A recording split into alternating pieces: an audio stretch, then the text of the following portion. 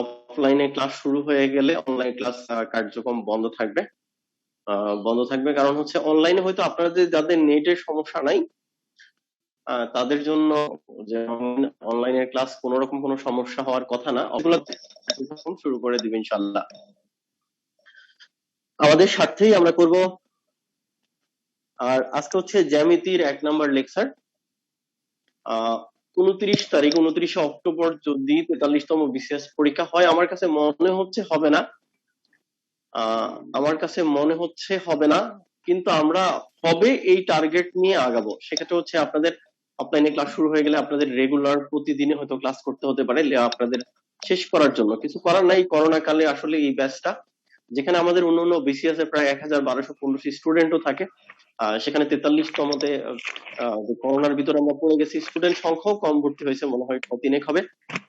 আচ্ছা, তারপরে হচ্ছে আমরাও ভালোভাবে আসলে সার্ভিসটা প্রোভাইড করতে পারছি না, একটার পর একটা হচ্ছে সার্ভিসটা প্রোভাইড করতে পারতেছি না। এখন হচ্ছে আমরা অফলাইনে শুরু হয়ে গেলে রেগুলার ক্লাস দিয়ে ডাবল ক্লাস দিয়ে আপনাদের কোর্স কমপ্লিট করার চেষ্টা করব।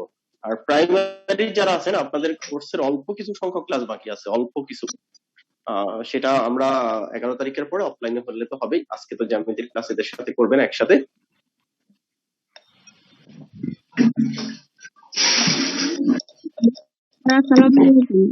দেখা যাচ্ছে না।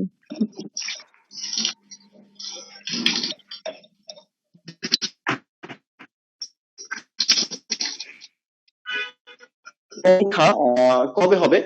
সবকিছু পরিস্থিতি ঠিক হয়ে গেলে বিসিএস পরীক্ষার আগ পরে কিন্তু হয়ে যাবে। বিসিএস পরীক্ষার আগ পরেই কিন্তু হয়ে যাবে। নিজেকে প্রস্তুত করবেন, একটা টাইম একটা সেকেন্ডও কিন্তু নষ্ট করবেন না। যে সময় চলে যাচ্ছে এই সময় আর কখনো ব্যাক পাবেন না। আপনার কাছে একটা সুবর্ণ সুযোগ নিজেকে তৈরি করার জন্য। আর নরমালি লকডাউন না থাকলে আপনি তো ঘুরতে বের হন, কলেজে যান, বিভিন্ন ঝামেলা আপনার মধ্যে তৈরি হয়, আপনার বাইরে প্রচুর টাইম ওয়েস্ট হয়। এখন কিন্তু এক নাগাড়ে পড়াশোনা করার একটা সুযোগ। একজন বলছে আমাকে দেখা যাচ্ছে না।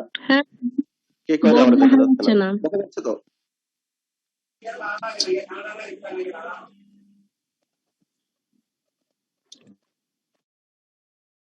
স্যার মিউট করে দেন একবার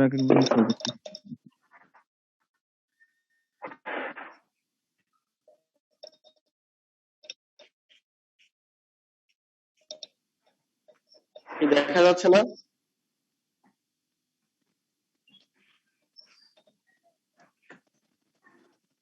আমি সবাইকে মিউট করে দিয়েছি।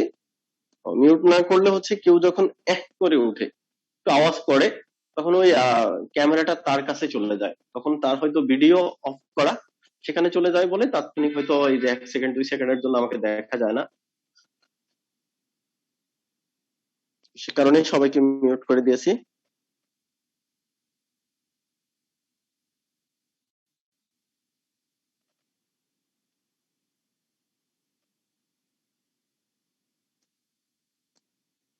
আচ্ছা, আর যে কথা বলবো সেটা হচ্ছে নিজেকে অবশ্যই আমরা ভালোবাসি। নিজেকে ভালোবাসলে সবার আগে হচ্ছে এই অবস্থায় এই বয়সে আপনার কাছে যেটা প্রায়োরিটি পাবে সেটা হচ্ছে নিজের কেরিয়ার, নিজেকে এনরিচ করা, যে কোনো কিছুর উপরে এটাই হচ্ছে প্রায়োরিটি। আপনি সবকিছু ম্যানেজ করে যদি টাইম পান তখন আপনি হয়তো পড়েন, কিন্তু এখানে হচ্ছে কি আপনার এই অবস্থায় আপনার সবকিছুর উপরে হচ্ছে আপনার পড়াশোনা ঠিক রেখে নিজের প্রস্তুতি ঠিক রেখে তারপরে হচ্ছে বাকি কাজ। ঠিক আছে? পৃথিবীতে সবচেয়ে আপনাদের পড়াশোনা করতে কষ্ট লাগে, কিন্তু কোন কাজটা কষ্ট নাই বলেন তো?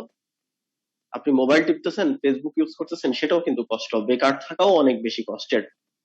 বাইরে ঘুরতে যাচ্ছেন সেটার মধ্যেও কিন্তু কষ্ট আছে। যাই হোক, কিন্তু এই পড়াশোনার মধ্যে যদি যেই নিজেকে তৈরি করবেন সেটা হচ্ছে আপনি পরবর্তী জীবন যত বছর বাঁচেন তত বছর আপনি সিকিউরড, আপনি ভালো থাকবেন। শুধু আপনি নিজে ভালো থাকবেন না, আপনি ভালো রাখবেন নিজের কাছের মানুষদের যারা আপনার উপর নির্ভরশীল, আপনার বাবা মা ভাই বোন, আপনার নিকটজন যারা অনেক আশা করে আছে যে আপনি মাস্টার্স পাস করবেন, ভালো একটা চাকরি করবেন, পরিবারের আর অভাব অনটন গুলো থাকবে না। কিন্তু তারা জানে না আপনি যে নিজেকে চাকরির জন্য যোগ্য করে গড়ে তুলতেছেন না, যে আপনি মাস্টার্স পাস করবেন ঠিক আছে, কিন্তু আপনি যে চাকরি পাবেন না, চাকরির জন্য নিজেকে আলাদা করে যোগ্য করে গড়ে তুলতে হয়, সেই কাজটা কিন্তু আপনি করতেছেন না। আটকে আছে বলতেছে। ইস, আমার এখানে তো ঠিক আছে, আমি আরেকটা দেখতেছি যে ঠিক আছে।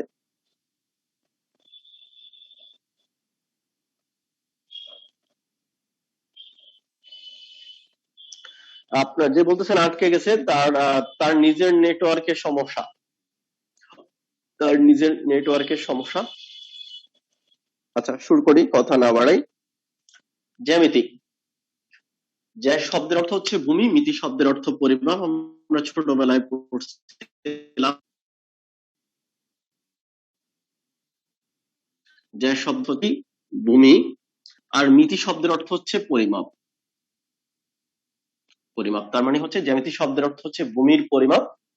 জ্যামিতির উদ্ভব হয়েছে প্রাচীন মিশরে, আজ থেকে প্রায় 5000 বছর আগে। জ্যামিতি উদ্ভব করা হয়েছে বেসিক্যালি হচ্ছে জায়গা জমির সমস্যার সমাধান করার জন্য। কারণ জ্যামিতি শব্দের অর্থই হচ্ছে ভূমির পরিমাপ, তার মানে ভূমির নিখুঁত পরিমাপ করার জন্য, মানুষের যাতে ভেজাল না হয় সেই সমস্যার সমাধান করার জন্যই হচ্ছে জ্যামিতির উদ্ভব। পাশের লোকের সাথে আপনার ঝামেলা, আপনার এক বাড়ির আরেকটা পরিবারের সাথে আপনার ঝামেলা, সেটা কি নিয়ে? জায়গা নিয়ে। আপনি যে গাছ লাগাইছেন, সে বলছে যে এই গাছটার আমার জায়গার মধ্যে পড়ে গেছে। আচ্ছা, এই যে জায়গা জমি নিয়ে সমস্যা সেই প্রাচীন যুগ থেকে মানুষের মধ্যে ছিল। এই জায়গা জমি সমস্যা সমাধান করার জন্যই মূলত জ্যামিতির উদ্ভব। কিন্তু আজকে আমাদের পরীক্ষাতে যে জ্যামিতি, এটা জায়গা জমি পরিমাপের মধ্যে সীমাবদ্ধ না, এটার ক্ষেত্রটা এত বেশি বাক হয়ে গেছে। জায়গা জমির পরিমাপ ছাড়াও এটার মধ্যে অনেক জিনিস চলে আসছে, যেটাই আমাদের এখন পরীক্ষাতে আসে।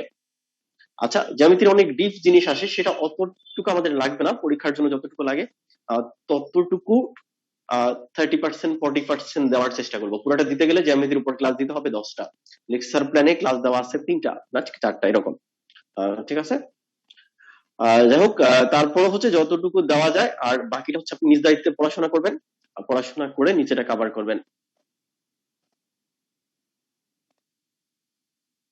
কি কয় রে স্যার, নেট ঠিক আছে? কি বুতা,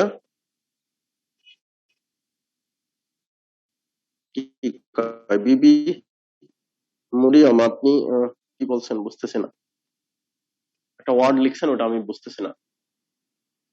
আচ্ছা, কমেন্টস এর দিকে মনোযোগ না দিই, আমরা পড়াশোনাতে ফিরে যাই। তাহলে আমরা জ্যামিতির প্রথম পার্টে আমাদের যে জিনিস আছে সেটা হচ্ছে রেখাকোণ, ত্রিভুজ এবং বহুভুজ। রেখাকোণ, ত্রিভুজ এবং বহুভুজ, এটা হচ্ছে জ্যামিতির প্রথম যে লেকচার সেটার মধ্যে আছে।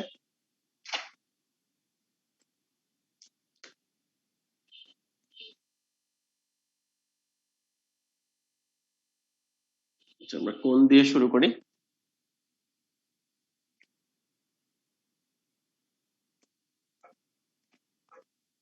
আচ্ছা, সমকোণ কথাটা আমরা শুনেছি হয়তো। সম মানে হচ্ছে সমান, যে আমরা দুজন সমমনা মানে কি সমান মনের। তাহলে সমকোণ মানে হচ্ছে সমান কোণ, সমকোণ মানে হচ্ছে সমান কোণ। তাহলে বেজ ধরা হয় 90 ডিগ্রিকে, তাহলে 90 ডিগ্রি এর সমান যে কোণ সে কোণকে কি কোণ বলে? সমকোণ বলে। আবার বলতেছি, সম মানে সমান, তার মানে কার সমান? 90 ডিগ্রি এর সমান। তার মানে 90 ডিগ্রি এর সমান যে কোণ সেই কোণটা হচ্ছে কি কোণ? সমকোণ। তাহলে আমি একটা কোণ আঁকলাম, এই যে কোণটা, এটা হচ্ছে এদিক থেকেও 90 ডিগ্রি, এটা একটা সমকোণ। এই দিক থেকেও এটা 90 ডিগ্রি, এটাও কিন্তু সমকোণ। তাহলে 90 ডিগ্রি এর সমান যে কোণ সেই কোণটাই হচ্ছে সমকোণ। আর সমকোণকে রেখে যদি আমি একটা ত্রিভুজ আঁকি, এই সমকোণকে রেখে আমি একটা ত্রিভুজ আঁকলাম, আর সেটাকে বলবো আমরা সমকোণী ত্রিভুজ। সমকোণকে ঠিক রেখে যদি আমরা একটা ত্রিভুজ আঁকি, তাহলে সেটা হচ্ছে সমকোণী ত্রিভুজ। তাহলে কোণের পাশাপাশি আমরা ত্রিভুজে একটু একটু করে কাজ করব। ত্রিভুজ বানান কিন্তু লাস্ট 36তম বিসিএস পরীক্ষায় আসছে রস্যকার দিয়ে। ত্রি মানে হচ্ছে 3, বুজ মানে হচ্ছে বাহু। ত্রি মানে ত্রি মানে হচ্ছে 3, আর বুজ মানে হচ্ছে কি? বাহু। তাহলে ত্রিভুজ মানে হচ্ছে কয়টা বাহু? 3টা বাহু। আর ত্রিভুজের ইংলিশ নাম হচ্ছে ট্রাইঅ্যাঙ্গেল। ট্রাইঅ্যাঙ্গেল, এই অ্যাঙ্গেল মানে কোণ, ট্রাই মানে 3, তার মানে 3টা কোণ। ইংরেজি নাম অনুযায়ী ট্রাইঅ্যাঙ্গেল মানে হচ্ছে 3টা কোণ, আর বাংলা নাম ত্রিভুজ মানে হচ্ছে 3টা বাহু। তার মানে ত্রিভুজের ক্ষেত্রে 3টা কোণ থাকে, 3টা বাহুও থাকে। এই দেখেন এখানে 3টা কোণ আছে ভিতরে, এই একটা কোণ, এই একটা কোণ, এই একটা কোণ, আর 3টা বাহু আছে, এই বাহু, এই বাহু, এই বাহু। তাহলে ত্রিভুজে 3টা কোণ থাকে আর 3টা কি থাকে, বাহু থাকে। আচ্ছা, আমরা সবাই জানি যে ত্রিভুজের 3 কোণের সমষ্টি হচ্ছে 180 ডিগ্রি। যারা জানেন না তারা এই কথাটা একটু লিখে রাখেন যে ত্রিভুজের 3 কোণের সমষ্টি 180 ডিগ্রি। ত্রিভুজের 3 কোণের সমষ্টি 180 ডিগ্রি। ত্রিভুজের 3 কোণের সমষ্টি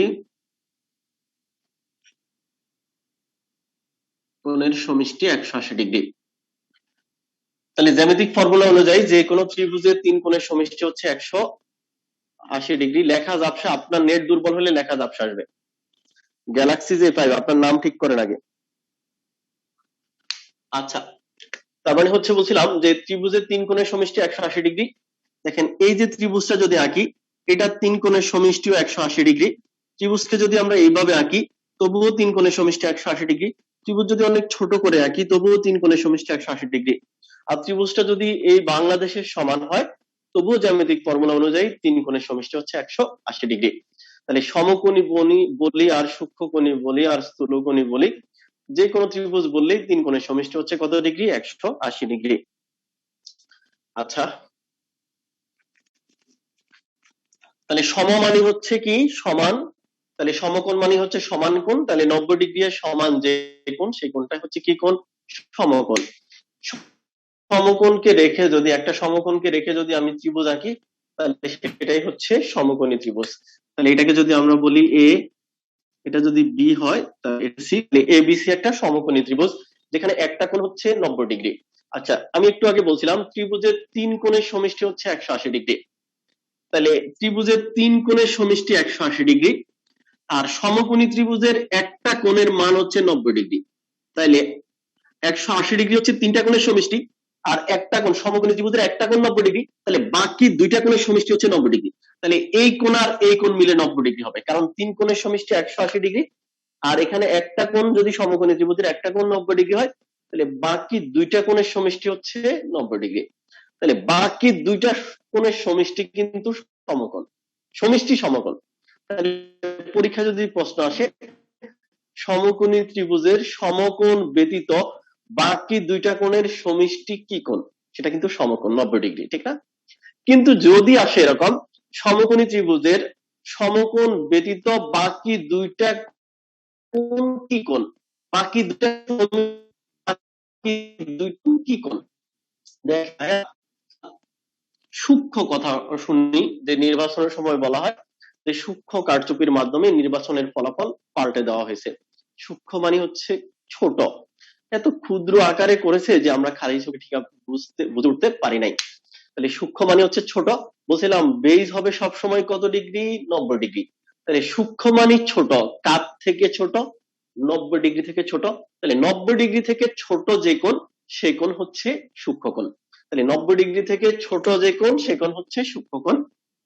আচ্ছা, একটা কোণ আঁকলাম, ঠিক এটা এটা মনে করেন হচ্ছে 80 ডিগ্রি। এই যে 90 ডিগ্রি হচ্ছে খাড়া হলে এখানে হচ্ছে 90 ডিগ্রি হতো, এটা মনে করেন 80 ডিগ্রি।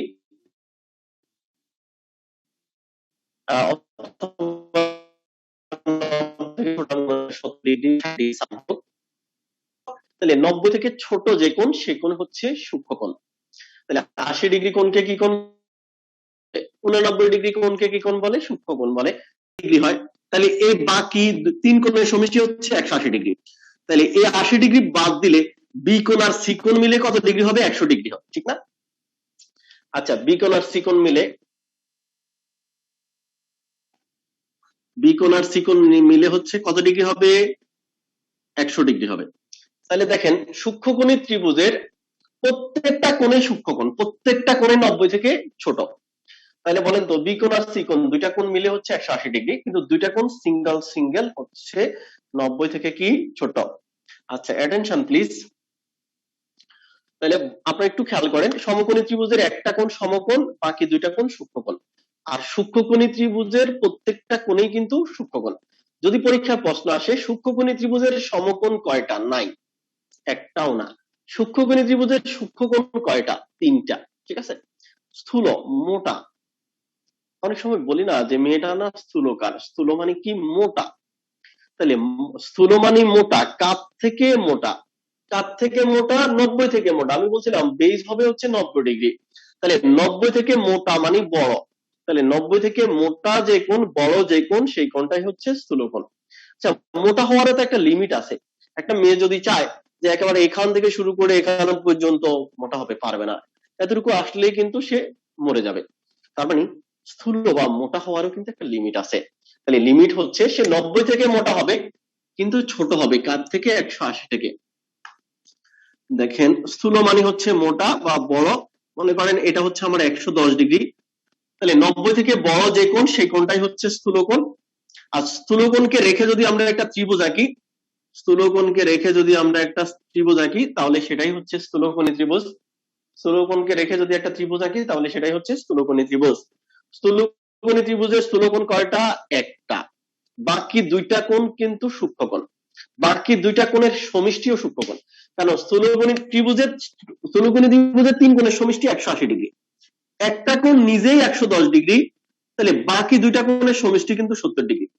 তার মানে স্থূলকোণী ত্রিভুজের স্থূলকোণ একটা, বাকি দুইটা কোণ সূক্ষ্মকোণ, বাকি দুইটা কোণের সমষ্টিও কিন্তু সূক্ষ্মকোণ স্থূলকোণী ত্রিভুজের। যদি পরীক্ষায় প্রশ্ন আসে ত্রিভুজের স্থূলকোণ কয়টা, একটা, স্থূলকোণী ত্রিভুজের সমকোণ কয়টা, একটাও না, স্থূলকোণী ত্রিভুজের সূক্ষ্মকোণ কয়টা, দুইটা। যদি প্রশ্ন আসে স্থূলকোণী ত্রিভুজের স্থূলকোণ ব্যতীত বাকি দুইটা কোণের সমষ্টি কি কোণ, সেটাও কিন্তু সূক্ষ্মকোণ। মানে একটা কোণ তো 90 থেকে বড়, তিনটা কোণের সমষ্টি 180°, তাহলে একটাই যদি 90 থেকে বড় হয় তাহলে বাকি দুইটা তো 90 থেকে, দুইটা কোণের সমষ্টি 90 থেকে ছোট হবে। ওকে, অ্যাটেনশন প্লিজ। সরল কথা শুনছেন হয়তো আপনারা, সরল কোণ,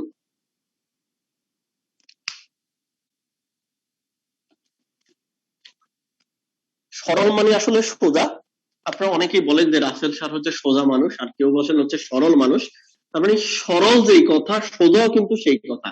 তার মানে সরল কোণ মানে হচ্ছে সোজা কোণ। এই যে সোজা কোণ, সোজা কোণ হলে কত ডিগ্রি, 180°। তাহলে সোজা মানে হচ্ছে একেবারে সোজা, এক্সাক্ট 180°। তার মানে সরল কোণের মান এক্সাক্ট 180°, ঠিক আছে। আচ্ছা, তাই সরল কোণের মান এক্সাক্ট কত ডিগ্রি, 180°। আচ্ছা, অ্যাটেনশন প্লিজ।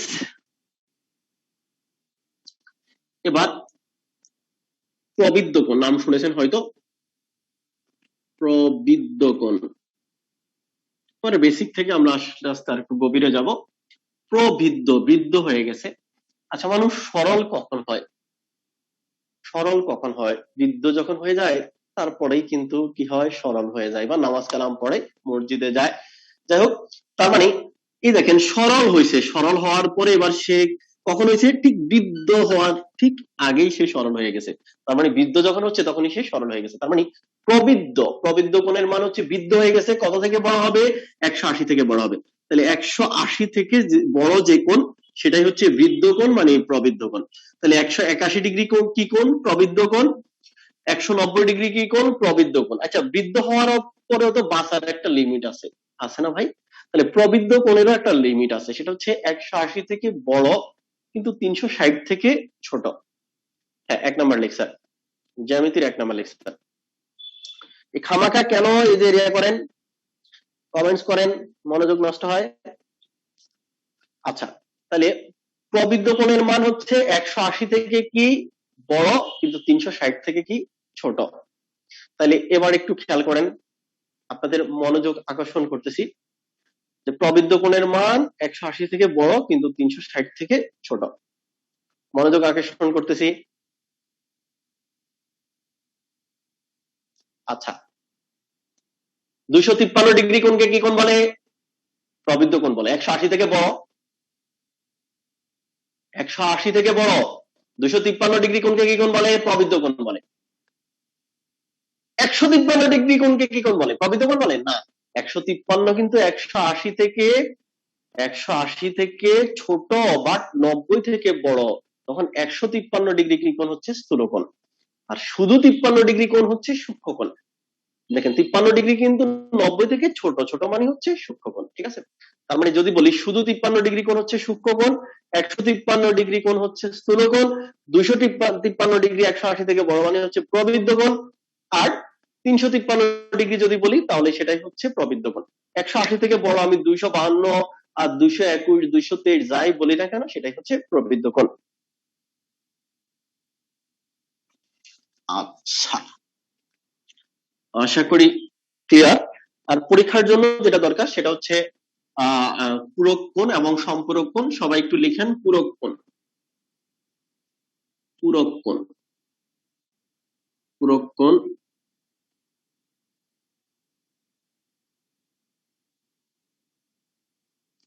আমি বলি আপনারা একটু লিখে নেন কথাটা, তারপরে বুঝাই দিব।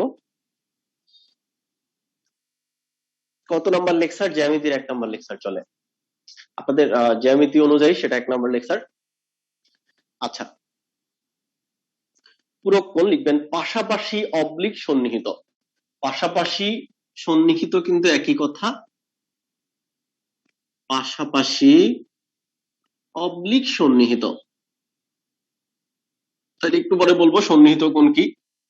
পাশাপাশি অবলিক সন্নিহিত দুটি কোণের সমষ্টি, পাশাপাশি অবলিক সন্নিহিত দুটি কোণের সমষ্টি 90 ডিগ্রি হলে তাদের একটিকে অপরটির পূরক কোণ বলে। পাশাপাশি অবলিক সন্নিহিত দুটি কোণের সমষ্টি 90 ডিগ্রি হলে তাদের একটিকে অপরটির পূরক কোণ বলে। পাশাপাশি অবলিক সন্নিহিত দুটি কোণের সমষ্টি 190 ডিগ্রি হলে, পাশাপাশি অবলিক সন্নিহিত দুটি কোণের সমষ্টি 90 ডিগ্রি হলে তাদের একটিকে অপরটির পূরক কোণ বলে। লেখা হয়েছে কিনা? লেখা হয়েছে কিনা একটু জানান তো। পাশাপাশি অবলিক সন্নিহিত দুটি কোণের সমষ্টি 90 ডিগ্রি হলে তাদের একটিকে অপরটির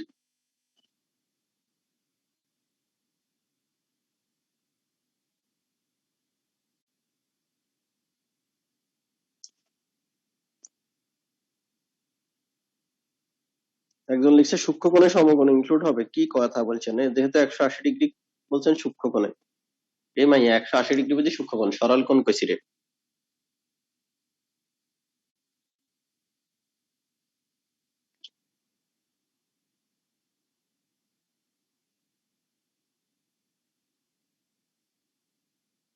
আচ্ছা ওকে, ঠিক আছে। এবার দেখেন মনে রাখার জন্য বলতেছি, পূরক মানে হচ্ছে পূরণ করবে। পূরক মানে হচ্ছে কি করবে? পূরণ করবে। পূরক মানে পূরণ করবে। বলছিলাম সবসময় বেস হবে কত ডিগ্রি? 90 ডিগ্রি। তাহলে পূরক কোণ মানে হচ্ছে পূরণ করবে। কত ডিগ্রি পূরণ করবে? 90 ডিগ্রি পূরণ করবে। তার মানে পাশাপাশি দুইটা কোণ যদি 90 ডিগ্রি পূরণ করে তাহলে তারা পরস্পর কি কোণ? পূরক কোণ। দেখেন আমি এখানে এই দুইটা কোণ নিলাম, একটা হচ্ছে এটা মনে করেন 40 ডিগ্রি আর এটা হচ্ছে 50 ডিগ্রি। দেখেন পাশাপাশি, এই কোণের পাশাপাশি কিন্তু এই কোণ, তাহলে পাশাপাশির আরেক নাম হচ্ছে সন্নিহিত। তাহলে বলি, যদি বলি এই কোণের নাম দি যদি এ, এই কোণের নাম দি যদি বি, তাহলে যদি বলি এ কোণের সন্নিহিত কোণ কি কোণ? বি কোণ। বি কোণের সন্নিহিত কোণ এ কোণ। তাহলে সন্নিহিত মানে সন্নিকটে থাকবে, কাছে থাকবে। আর এখানে যদি আরেকটা কোণ দিতাম তাহলে হচ্ছে মনে করেন এটা হচ্ছে সি কোণ, তাহলে এই কোণের সন্নিহিত কোণ সি কোণ, আবার এই কোণের সন্নিহিত কোণ কিন্তু বি কোণ। তাহলে সন্নিহিত বা পাশাপাশি দুইটা কোণের সমষ্টি যদি 90 ডিগ্রি পূরণ করে তাহলে একটা অপরটির কি কোণ? পূরক কোণ। তাহলে 40 ডিগ্রি কোণের পূরক কোণ হচ্ছে 50 ডিগ্রি, আর 50 ডিগ্রি কোণের পূরক কোণ হচ্ছে 40 ডিগ্রি, কারণ দুইটা মিলে 90 ফিল আপ করবে।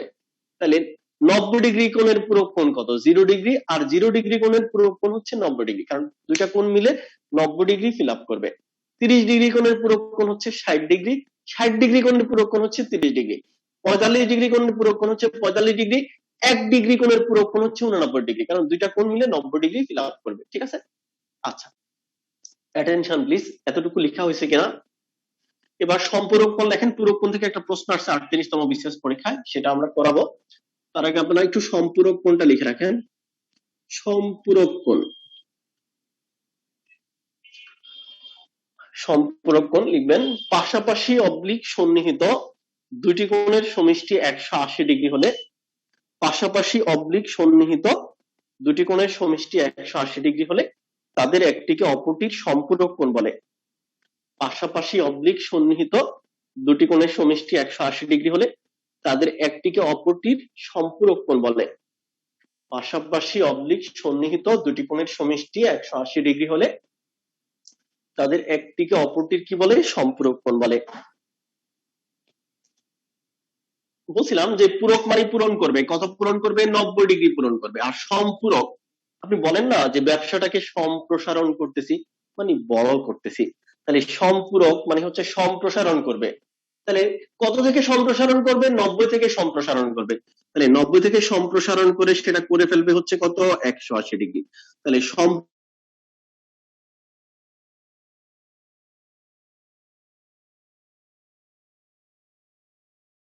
কোণের মান, দুইটা কোণের মান হচ্ছে কত ডিগ্রি? 180 ডিগ্রি। দুইটা কোণ কি হতে হবে? পাশাপাশি বা সন্নিহিত কোণ হতে হবে। দেখেন এই কোণের মান দিলাম হচ্ছে 110 ডিগ্রি, আর তাহলে এই কোণের মান কত হবে? 70 ডিগ্রি। কারণ এই পুরোটা হচ্ছে সরলরেখা, সরলরেখা মানে হচ্ছে 180 ডিগ্রি। আর সম্পূরক কোণ মানে হচ্ছে পাশাপাশি দুইটা কোণের সমষ্টি কত ডিগ্রি হবে? 180 ডিগ্রি হবে। তাহলে পরীক্ষা যদি প্রশ্ন আসে 110 ডিগ্রি কোণের সম্পূরক কোণ কত? 70 ডিগ্রি। কারণ দুইটা সম্পূরক কোণ মানে হচ্ছে দুইটা কোণের সমষ্টি 180 ডিগ্রি। তাহলে 110 ডিগ্রি কোণের সম্পূরক কোণ হবে 180 থেকে 110 মাইনাস করলে হচ্ছে 70। কারণ 110 আর 70 যোগ করলেই কিন্তু 180 হয়। আর 70 ডিগ্রি কোণের সম্পূরক কোণ হচ্ছে 110 ডিগ্রি। 90 ডিগ্রি কোণের সম্পূরক কোণ 90 ডিগ্রি। আর 90 ডিগ্রি কোণের পূরক কোণ হচ্ছে 0 ডিগ্রি। আচ্ছা আবার বলতেছি 120 ডিগ্রি কোণের সম্পূরক কোণ কত? তাইলে সম্পূরক কোণ মানে হচ্ছে সম্প্রসারণ করে দুইটা কোণ 180 ডিগ্রি হবে।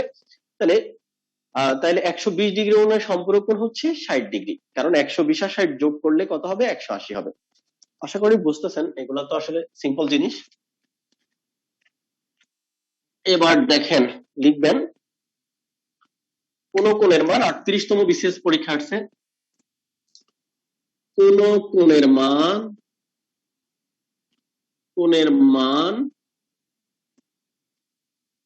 তার পূরক কোণের অর্ধেক।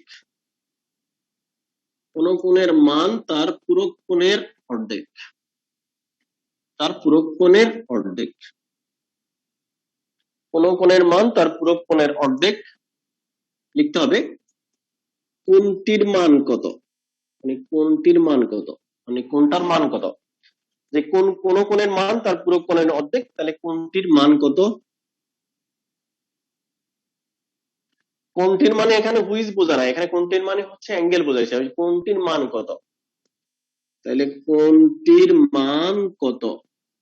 38তম বিসিএস পরীক্ষা আসছে। আমি অপশনও দিয়ে দিচ্ছি আপনাদের সুবিধার্থে, দেখি তো পারেন কিনা।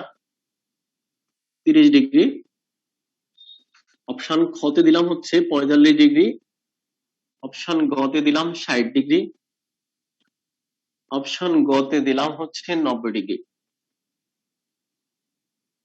দেখি তো একটু জানান তো সবাই, আর করেন পুরো ম্যাথটা করেন, দেখো আনসার করা যায়, কিন্তু পুরো ম্যাথটা করে আমাকে চ্যাট বক্সে সবাই সবাই জানাবেন।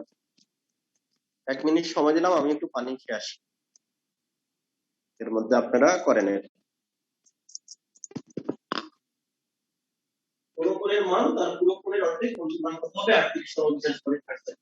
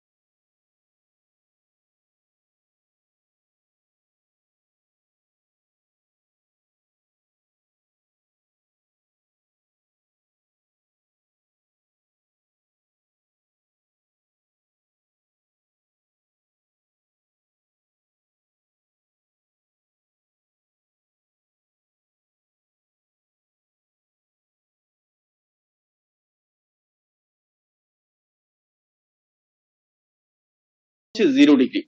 তাহলে পুরো কোণের 0 ডিগ্রি থেকে 90 ডিগ্রি মানে হচ্ছে 90 বেশি, সংখ্যায় 90 বেশি, এরকম কোনো কথা এখানে বলে নাই।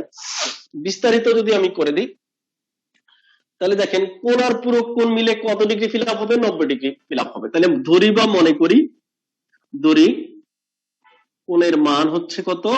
x। আচ্ছা, তাহলে কোণের মান হচ্ছে x। আচ্ছা, তারপরে বলছে যে কোণের মান তার পুরো কোণের অর্ধেক। কোণের মান যদি তার পুরো কোণের অর্ধেক হয়, কোণের মান যদি তাহলে তার পুরো কোণ কি হবে? তাহলে তার পুরো কোণ হবে 2x। অথবা আপনি কোণের মান, কারণ কোণের মান তার পুরো কোণের অর্ধেক, তার মানে হচ্ছে পুরো কোণের মান কোণের মানের দ্বিগুণ, কথা কিন্তু একই কথা।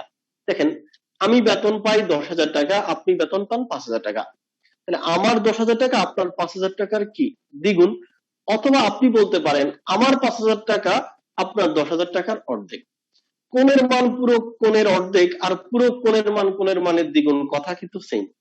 আর আপনি চাইলে পুরো কোণ x ধরতে পারতেন, যে পুরো কোণ ধরলাম হচ্ছে কি x, তাহলে কোণের মান হবে, কষ্টে শর্ত দিছে না, তাহলে কোণের মান হবে তার অর্ধেক, অর্ধেক মানে হচ্ছে x/2, হাফ x আর কি। তাহলে পুরো কোণ যদি x হয় তাহলে কোণের মান হবে হচ্ছে তার অর্ধেক মানে হচ্ছে x/2। আচ্ছা, কোণ আর পুরো কোণ মিলে কত ডিগ্রি হবে? 90 ডিগ্রি হবে। তাহলে কোণ x আর পুরো কোণ 2x মিলে কত হবে? 90 ডিগ্রি হবে। আচ্ছা, তাহলে 3x সমান হচ্ছে কত ডিগ্রি? 90 ডিগ্রি। সুতরাং x সমান হচ্ছে 30 ডিগ্রি। x সমান 30 ডিগ্রি মানে কোণের মান 30 ডিগ্রি, তাহলে কোণ মান জানতে চাইছে মানে হচ্ছে 30 ডিগ্রি। আর আপনি এই দুটো কিন্তু আলাদা আলাদা পদ্ধতিতে করছি। আর পুরো কোণের মান x ধরলে কোণের মান হচ্ছে তার অর্ধেক মানে x/2। তাহলে x প্লাস x/2, কোণ আর পুরো কোণ মিলে কত ডিগ্রি হবে? পুরো কোণ আর কোণ মিলে হবে হচ্ছে 90 ডিগ্রি, ঠিক না? আচ্ছা, তাহলে এখানে লসাগু হচ্ছে 2, তাহলে 2x প্লাস x সমান হচ্ছে 90 ডিগ্রি। সুতরাং 3x সমান হচ্ছে 180 ডিগ্রি আর x সমান হচ্ছে 60 ডিগ্রি। পুরো কোণের মান x মানে বের হয়েছে, মানে এখানে 60 ডিগ্রি বের হয়েছে, কিন্তু এখানে x মানে কিন্তু কোণের মান না, এখানে x মানে হচ্ছে পুরো কোণের মান। আপনাকে বের করতে হচ্ছে কোণের মান, তাহলে কোণের মান হবে হচ্ছে এই যে x/2 মানে হচ্ছে 60/2 মানে হচ্ছে কত? 30 ডিগ্রি। তুমি বুঝছেন কিনা বল?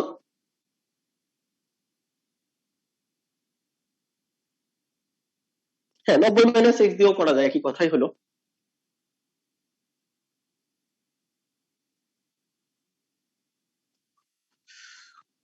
আচ্ছা, ক্লিয়ার কিনা এখন? তো ক্লিয়ার কিনা একটু জানান তো চ্যাট বক্সে।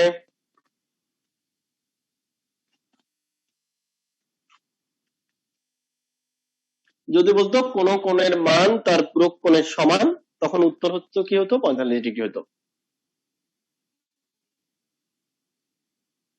মুখে বলছেন কোনটা বোঝেন নাই? মুখে কি বলছি? মুখে বলছিলাম যে যে কোণের মান পুরো কোণের অর্ধেক, কোণের মান 30 ডিগ্রি হলে পুরো কোণের মান হচ্ছে 60 ডিগ্রি। পুরো কোণের মান 60 ডিগ্রি, কোণের মান 30 ডিগ্রি, তাহলে কোণের মান 30 ডিগ্রি পুরো কোণের অর্ধেক, ঠিক আছে? অথবা পুরো কোণের মান কোণের মানের দ্বিগুণ।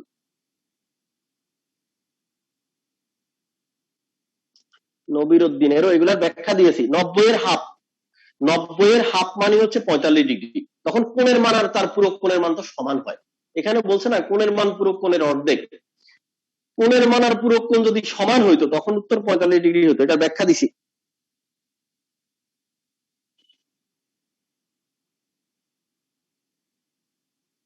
হ্যাঁ, অপশন দিয়ে আবার বোঝান, আর কাম নাই। তুই কোনায় আছিল মাইয়া শতা।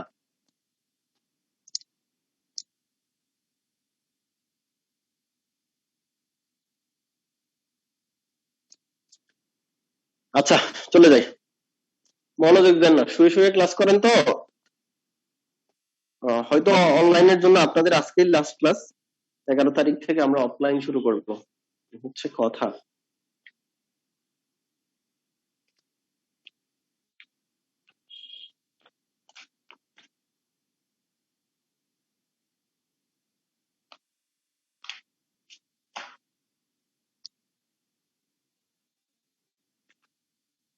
বলে ফেসালো মনে হয় রে, এটা বলে ফেসালো।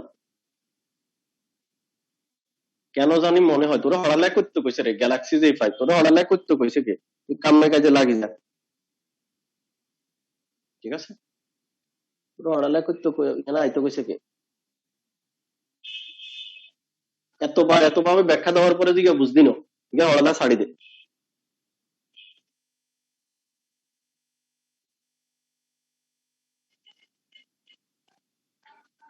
আচ্ছা চলে যাই আমরা পরের প্যাটার্নে।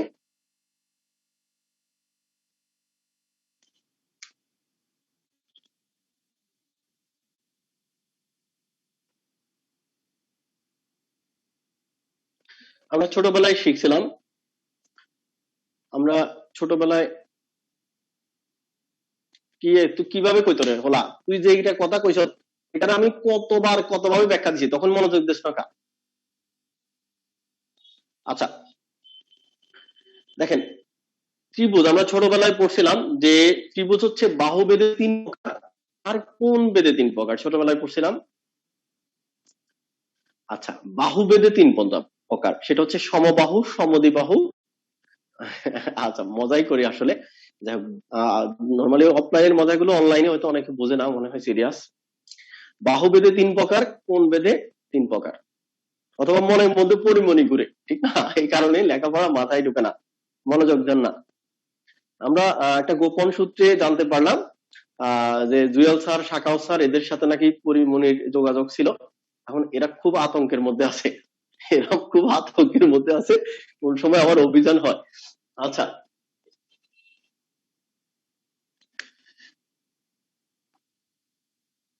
এরপরে কি করছে জানেন, ওই যে গোয়েন্দা অফিসার কি করছে, পরিমণিরে রাখছে না, এখন ওর সাথে নাকি পরিমণির ব্যবসা হয়ে গেছে, এই যে এখন এই যে গ্রেপ্তার করার পরে। আচ্ছা ত্রিভুজ হচ্ছে বাহুবেদে, আমরা শিখছিলাম বাহুবেদে কয় প্রকার? 3 প্রকার। সেটা হচ্ছে কি সমবাহু, তারপর হচ্ছে সমদ্বিবাহু, তারপর হচ্ছে বিষমবাহু। ত্রিভুজ হচ্ছে বাহুবেদের 3 প্রকার, সমবাহু, সমদ্বিবাহু এবং বিষমবাহু। আর কোন বেদের 3 প্রকার সেটা একটু আগে বলছিলাম যে সমকোণী, তারপরে হচ্ছে সূক্ষ্মকোণী আর স্থূলকোণী। সমকোণী, সূক্ষ্মকোণী আর স্থূলকোণী। আর বাহুবেদের 3 প্রকার, সমবাহু, সমদ্বিবাহু এবং বিষমবাহু। এই তিনটাই ইম্পর্টেন্ট, তিনটাই পরীক্ষার জন্য ইম্পর্টেন্ট, আমরা এগুলা করাবো এবং এটার ক্ষেত্রফল থেকে প্রশ্ন আসে। সমবাহু, সম মানে সমান, বাহু তো বাহুই, তার মানে ত্রিভুজ মানে 3টা বাহু থাকবে, তাহলে 3টা বাহু সম বা সমান হলে সেটা হচ্ছে সমবাহু ত্রিভুজ। তাহলে 3টা বাহু যদি সম হয় বা সমান হয়, এটা যদি 5 সেন্টিমিটার হয়, এটাও 5 সেন্টিমিটার, এটাও 5 সেন্টিমিটার, তার মানে এই ত্রিভুজটা হচ্ছে সমবাহু ত্রিভুজ। 3 বাহু সম বা সমান, তাহলে সেটা কি ধরনের ত্রিভুজ? সমবাহু ত্রিভুজ। বাহু সমান হলে কোণগুলো সমান হয়, যারা জানেন না তারা একটা লিখে রাখতে পারেন, বাহু সমান হলে কি সমান হয়? কোণগুলো সমান হয়। তাহলে বলেন তো 3 কোণের সমষ্টি 180 ডিগ্রি, 3 বাহু সমান, তাহলে 3 কোণও সমান হবে। 3 কোণ মানে প্রত্যেক কোণ কত ডিগ্রি হবে? 60 ডিগ্রি করে হবে, কারণ 3 কোণের সমষ্টি 180 ডিগ্রি, 3 বাহু সমান, তাহলে 3 কোণও সমান, 3 কোণ 180 ডিগ্রি, 3 দ্বারা ভাগ করলে প্রত্যেক কোণের মান হচ্ছে 60 ডিগ্রি। বাহু সমান হলে কি সমান হয়? কোণও সমান হয়। আর সমদ্বিবাহু ত্রিভুজ নামের মধ্যে বলে দেওয়া আছে, সমদ্বিবাহু মানে 2 বাহু সমান, সমান 2 বাহু, সমদ্বিবাহু। তাহলে ত্রিভুজের বাহু হচ্ছে কয়টা? 3টা, 2টা বাহু যদি সমান হয় আর বাকিটা যদি অসমান হয় তাহলে সেটাই হচ্ছে সমদ্বিবাহু ত্রিভুজ। দেখেন ভাইয়া, আমি এরকম একটা ত্রিভুজ আঁকলাম, এইটা 5, এইটা 5, এটা ধরেন 4, এই ত্রিভুজটা একটা সমদ্বিবাহু ত্রিভুজ, এখানে 2 বাহু সমান কিন্তু এই বাহুটা অসমান। আচ্ছা এটা সমদ্বিবাহু ত্রিভুজ, আমি আরেকভাবে সমদ্বিবাহু ত্রিভুজ আঁকতে পারি, একটু মনোযোগ দিবেন, এগুলো পরবর্তী যেগুলো পড়াবো সেগুলোর জন্য আমাদের কাজে লাগবে। এইটাও 5, এইটাও 5, এইটাও 5, এটা 5। আচ্ছা এটা মনে করেন হচ্ছে যে 5 থেকে বড় যে কোনো একটা সংখ্যা আমি ধরি, মনে করেন হচ্ছে 7 বা 7 পয়েন্ট সামথিং, ঠিক আছে? 7 পয়েন্ট সামথিং। দেখেন এটাও কিন্তু সমদ্বিবাহু ত্রিভুজ, কিন্তু এখানে সমকোণ উৎপন্ন করছে, এই কারণে এটাকে শুধু সমদ্বিবাহু বললে হবে না, এটাকে বলতে হবে সমদ্বিবাহু সমকোণী ত্রিভুজ। তাহলে শুধু সমদ্বিবাহু বললে দুই বাহু সমান হবে কিন্তু সেখানে কোনো সমকোণ থাকবে না। আর যদি সমদ্বিবাহুর মধ্যে দুই বাহু সমান হয় কিন্তু সমকোণ উৎপন্ন হয় তখন সেটাকে সমদ্বিবাহুর পাশাপাশি কি বলতে হবে?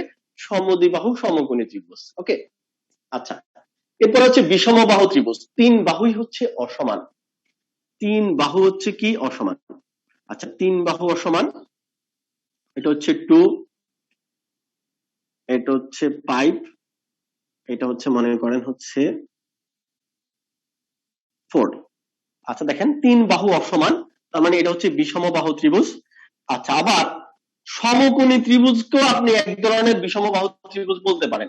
দেখেন, এটা হচ্ছে 5, এটা হচ্ছে 4, এটা হচ্ছে 3, এখানেও তিন বাহু অসমান, এটা আপনি এক দৃষ্টিতে বিষমবাহু বলতে পারেন কিন্তু এটা কিন্তু সমকোণী ত্রিভুজ। এটা কি ধরনের ত্রিভুজ? তাহলে বলবেন কি বিষমবাহু সমকোণী ত্রিভুজ? না, তখন এটাকে আপনি শুধু সমকোণী ত্রিভুজই বলবেন। ঠিক আছে, অ্যাটেনশন প্লিজ। পরীক্ষায় যেগুলো আসে সেগুলোতে আমরা যাব।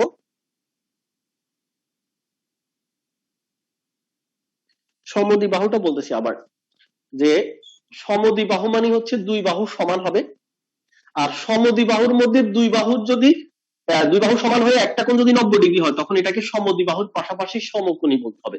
আমরা এটাকে ম্যাথ করাবো, তখন আরেকটু ক্লিয়ার হয়ে যাবে। গ্যালাক্সি যে পাইব, ওটা দুষ্টামি করছি, যদি আপু হয়ে থাকেন তাহলে রাগ করিয়েন না, আর ছেলে হলে তো এমনি রাগ করবে না।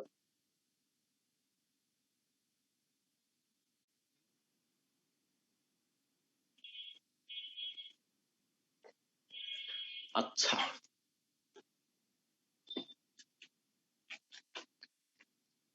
আমরা চতুর্ভুজে পরের ক্লাসে যাব, কিন্তু তার আগে একটু বলি যে আমি একটা আয়তাকার ক্ষেত্র আঁকি। দেখেন, এই আয়তাকার ক্ষেত্র আঁকলাম, এ বি সি ডি। আমাদের মূল ক্লাস কিন্তু এখন শুরু হচ্ছে। এই আয়তক্ষেত্রের ক্ষেত্রফলের সূত্র হচ্ছে দৈর্ঘ্য পূরণ প্রস্থ। এই আয়তক্ষেত্রটার ক্ষেত্রফলের সূত্র হচ্ছে দৈর্ঘ্য পূরণ প্রস্থ। আচ্ছা, যদিও এখানে একটু বাঁকা হয়ে গেছে, আপনারা বুঝে নেবেন। আয়তক্ষেত্রের ক্ষেত্রফলের সূত্র হচ্ছে দৈর্ঘ্য পূরণ প্রস্থ। আচ্ছা, ক্ষেত্রফল কি জিনিস? ক্ষেত্রফল মানে হচ্ছে এটার ভিতরে যা কিছু আছে এই পুরোটার পরিমাপ হচ্ছে ক্ষেত্রফল। যে প্রাচীন মিশরের মানুষ যখন জায়গা জমির সমস্যা সমাধান করার জন্য জ্যামিতির উদ্ভব করছে, তখন ওরা মনে করেন আপনি জায়গা কিনছেন আমার কাছ থেকে, এখন জায়গাটা বুঝাই দিব। তাহলে কিভাবে বুঝাই দিত ওরা? এই দিক থেকে 1 মিটার বা 1 ফিট 1 মিটার নিত, এই দিক থেকে 1 মিটার নিত, তাহলে এই জায়গাটা হচ্ছে 1 বর্গ মিটারের জায়গা। আবার এই দিক থেকে 1 মিটার, আবার এই দিক থেকে 1 মিটার, তার মানে হচ্ছে এটা আবার 1 মিটারের জায়গা, ঠিক না? 1 বর্গ মিটারের জায়গা। তাহলে এই দেখেন, এই দিক থেকে 1 মিটার, এই দিক থেকে 1 মিটার, তাহলে এটার বিপরীতে 1 মিটার থাকবে, এটার বিপরীতে 1 মিটার থাকবে। তখন চার বাহু সমান হলে আমরা আসবো, চার বাহু সমান হলে আমরা কি বলি? বর্গক্ষেত্র বলি। এই কারণে দেখবেন ক্ষেত্রফল করা সেন্টিমিটার থাকলে ক্ষেত্রফল বের করে বলি বর্গ সেন্টিমিটার, মিটার থাকলে আমরা ক্ষেত্রফল বের করে বলি হচ্ছে বর্গ মিটার। কারণ কি? ওই বর্গক্ষেত্রকে স্ট্যান্ডার্ড ধরে প্রাচীন মিশরের মানুষ প্রথম জায়গা জমি পরিমাপ শুরু করছে। ওরা এইভাবে মাপতো যে দেখেন এই দিক থেকে 1 মিটার, এই দিক থেকে 1 মিটার, তার মানে এটা 1 বর্গ মিটারের জায়গা, এটা 1 বর্গ মিটারের জায়গা, এটা আরেক বর্গ মিটারের জায়গা, এটা আবার আরেক বর্গ মিটারের জায়গা, এটা আরেক বর্গ মিটারের জায়গা, এটা আরেক বর্গ মিটারের জায়গা। তাহলে এখানে 1 2 3 4 5 6, তার মানে হচ্ছে এদিক থেকে হচ্ছে এটা টোটাল 6 মিটার। আচ্ছা, ওরা কি করতো দেখেন, আর এদিক থেকে হচ্ছে 3 মিটার, তার মানে ওরা মাপতো এদিক থেকে 1 মিটার, এদিক থেকে 1 মিটার, তার মানে 1 বর্গ মিটার জায়গা, এটা এখানে 1 বর্গ মিটার জায়গা। তাহলে এখানে টোটাল কয় বর্গ মিটার জায়গা হয়? একটা, দুইটা, তিনটা, চারটা, পাঁচটা, ছয়টা। তাহলে এদিক থেকে 6টা, এখানে 6টা, এখানে 6টা, টোটাল 18 বর্গ মিটার জায়গা হয়। দেখেন, আগার 18 বর্গ মিটার জায়গা হয়। তখন এভাবে যখন মাপতো তখন একজন বুদ্ধিমান মানুষ সে তাদের এটা অবজার্ভ করতেছে, বলতেছে ভাই আপনারা এত কষ্ট করতেছেন, এদিক থেকে 1 মিটার, এদিক থেকে 1 মিটার করে এভাবে করে আপনি 18 মিটার মাপছেন, কিন্তু দেখেন এই লম্বা টান দেন তো এটা 6 মিটার, আর এদিকে টান দেন তো 3 মিটার।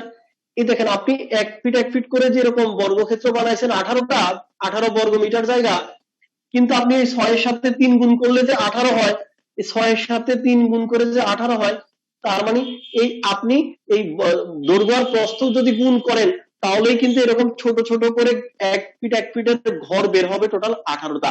আর সেখান থেকে আসছে যে আয়তাকার ক্ষেত্রের ক্ষেত্রফলের সূত্র হচ্ছে দৈর্ঘ্য পূরণ প্রস্থ, যে দৈর্ঘ্য আর প্রস্থ 6 আর 3 গুণ করলেও কিন্তু এরকম 18 পাওয়া যায়। আর সেখান থেকে আসছে যে আয়তাকার ক্ষেত্রের ক্ষেত্রফলের সূত্র হচ্ছে দৈর্ঘ্য পূরণ প্রস্থ, দৈর্ঘ্য পূরণ প্রস্থ। এটাকে যদি আমরা দৈর্ঘ্য বলি আর এটা হচ্ছে প্রস্থ, আর এটাকে যদি আমরা ভূমি বলি এটা হচ্ছে উচ্চতা, তাহলে হচ্ছে ভূমি হচ্ছে 6, এদিক থেকে 6 হলে এদিক থেকেও 6, তাহলে এটাকে যদি আমরা ভূমি বলি আর এটা হচ্ছে কি উচ্চতা, তাহলে দৈর্ঘ্য পূরণ প্রস্থ যেই কথা, ভূমি পূরণ উচ্চতাও কিন্তু সেই কথা। দেখেন সেখান থেকে আসছে আয়তাকার ক্ষেত্রের ক্ষেত্রফলের সূত্র হচ্ছে দৈর্ঘ্য পূরণ প্রস্থ অথবা ভূমি পূরণ উচ্চতা। অ্যাটেনশন প্লিজ, এই যে আয়তাকার ক্ষেত্রটা, এই আয়তাকার ক্ষেত্রকে আমি দুই ভাগ করতেছি, দেখেন দুই ভাগ করতেছি। দেখেন পুরোটা হচ্ছে একটা আয়তাকার ক্ষেত্র আর পুরোটার ক্ষেত্রফলের সূত্র হচ্ছে ভূমি পূরণ উচ্চতা বা দৈর্ঘ্য পূরণ প্রস্থ। পুরোটা একটি আয়তাকার ক্ষেত্র, পুরোটার ক্ষেত্রফল হচ্ছে ভূমি পূরণ উচ্চতা। আর যখন অর্ধেক করে ফেললাম, কেটে ফেললাম, তাহলে এইদিকে অর্ধেক এদিকে অর্ধেক, তাহলে পুরোটার ক্ষেত্রফল যদি ভূমি পূরণ উচ্চতা হয়, অর্ধেকের ক্ষেত্রফল হবে অর্ধেক ভূমি পূরণ উচ্চতা, হাফ ভূমি পূরণ উচ্চতা। আর সেখান থেকে আসছে যে অর্ধেক মানে কিন্তু এটা একটা ত্রিভুজ, বিসিডি একটা ত্রিভুজ, আবার এবিডি একটা ত্রিভুজ। তার মানে দেখেন পুরোটার ক্ষেত্রফল ভূমি পূরণ উচ্চতা আর অর্ধেকের ক্ষেত্রফল হচ্ছে অর্ধেক ভূমি পূরণ উচ্চতা, আর অর্ধেক মানে কিন্তু একটা ত্রিভুজ। সেখান থেকে আসছে ত্রিভুজের ক্ষেত্রফলের মূল সূত্র হচ্ছে হাফ ইন্টু ভূমি পূরণ উচ্চতা। তাহলে একটু লিখে রাখেন, ত্রিভুজের ক্ষেত্রফলের সূত্র হচ্ছে হাফ ইন্টু ভূমি পূরণ উচ্চতা, হাফ ইন্টু ভূমি পূরণ উচ্চতা। ত্রিভুজের ক্ষেত্রফলের সূত্র হচ্ছে হাফ ইন্টু ভূমি পূরণ উচ্চতা। তাহলে আমাদের প্রশ্নে আপনাদের বইতে দেওয়া আছে যে সমবাহু ত্রিভুজের ক্ষেত্রফলের সূত্র একরকম, সমদ্বিবাহু ত্রিভুজের ক্ষেত্রফলের সূত্র আরেক রকম, বিষমবাহু ত্রিভুজের ক্ষেত্রফলের সূত্র আরেক রকম। কিন্তু আমি বলবো ত্রিভুজের ক্ষেত্রফলের সূত্র একটাই, সেটা হচ্ছে হাফ ইন্টু ভূমি পূরণ উচ্চতা। যত রকম ত্রিভুজ আছে সব রকম ত্রিভুজের ক্ষেত্রফলের সূত্র হচ্ছে হাফ ইন্টু ভূমি পূরণ উচ্চতা। তাহলে কেন বইতে লেখা আছে সমবাহু ত্রিভুজের ক্ষেত্রফলের সূত্র √3/4 ইন্টু বাহু স্কয়ার বা এ স্কয়ার, সেটার ব্যাখ্যা দিচ্ছি। সেটা মুখস্থ করার কোনো দিনও দরকার হবে না, আপনি নিজে বের করতে পারবেন। আবার যখন কোনো রিটেন পরীক্ষা দিবেন, বিসিএস বলেন বা কোনো লিখিত আকারে পরীক্ষা দিবেন, সেখানে এরকম প্রশ্ন আসে যে সমদ্বিবাহু ত্রিভুজের ক্ষেত্রফলের সূত্র হচ্ছে b/4 into √4a square minus B square, যেখানে বি হচ্ছে ভূমি, এ হচ্ছে সমান দুই বাহুর যে কোনো একটি প্রমাণ করুন। তখন কিন্তু আপনাকে প্রমাণ করা লাগবে, আর সূত্র মুখস্থ রাখার কোনো দরকার নাই।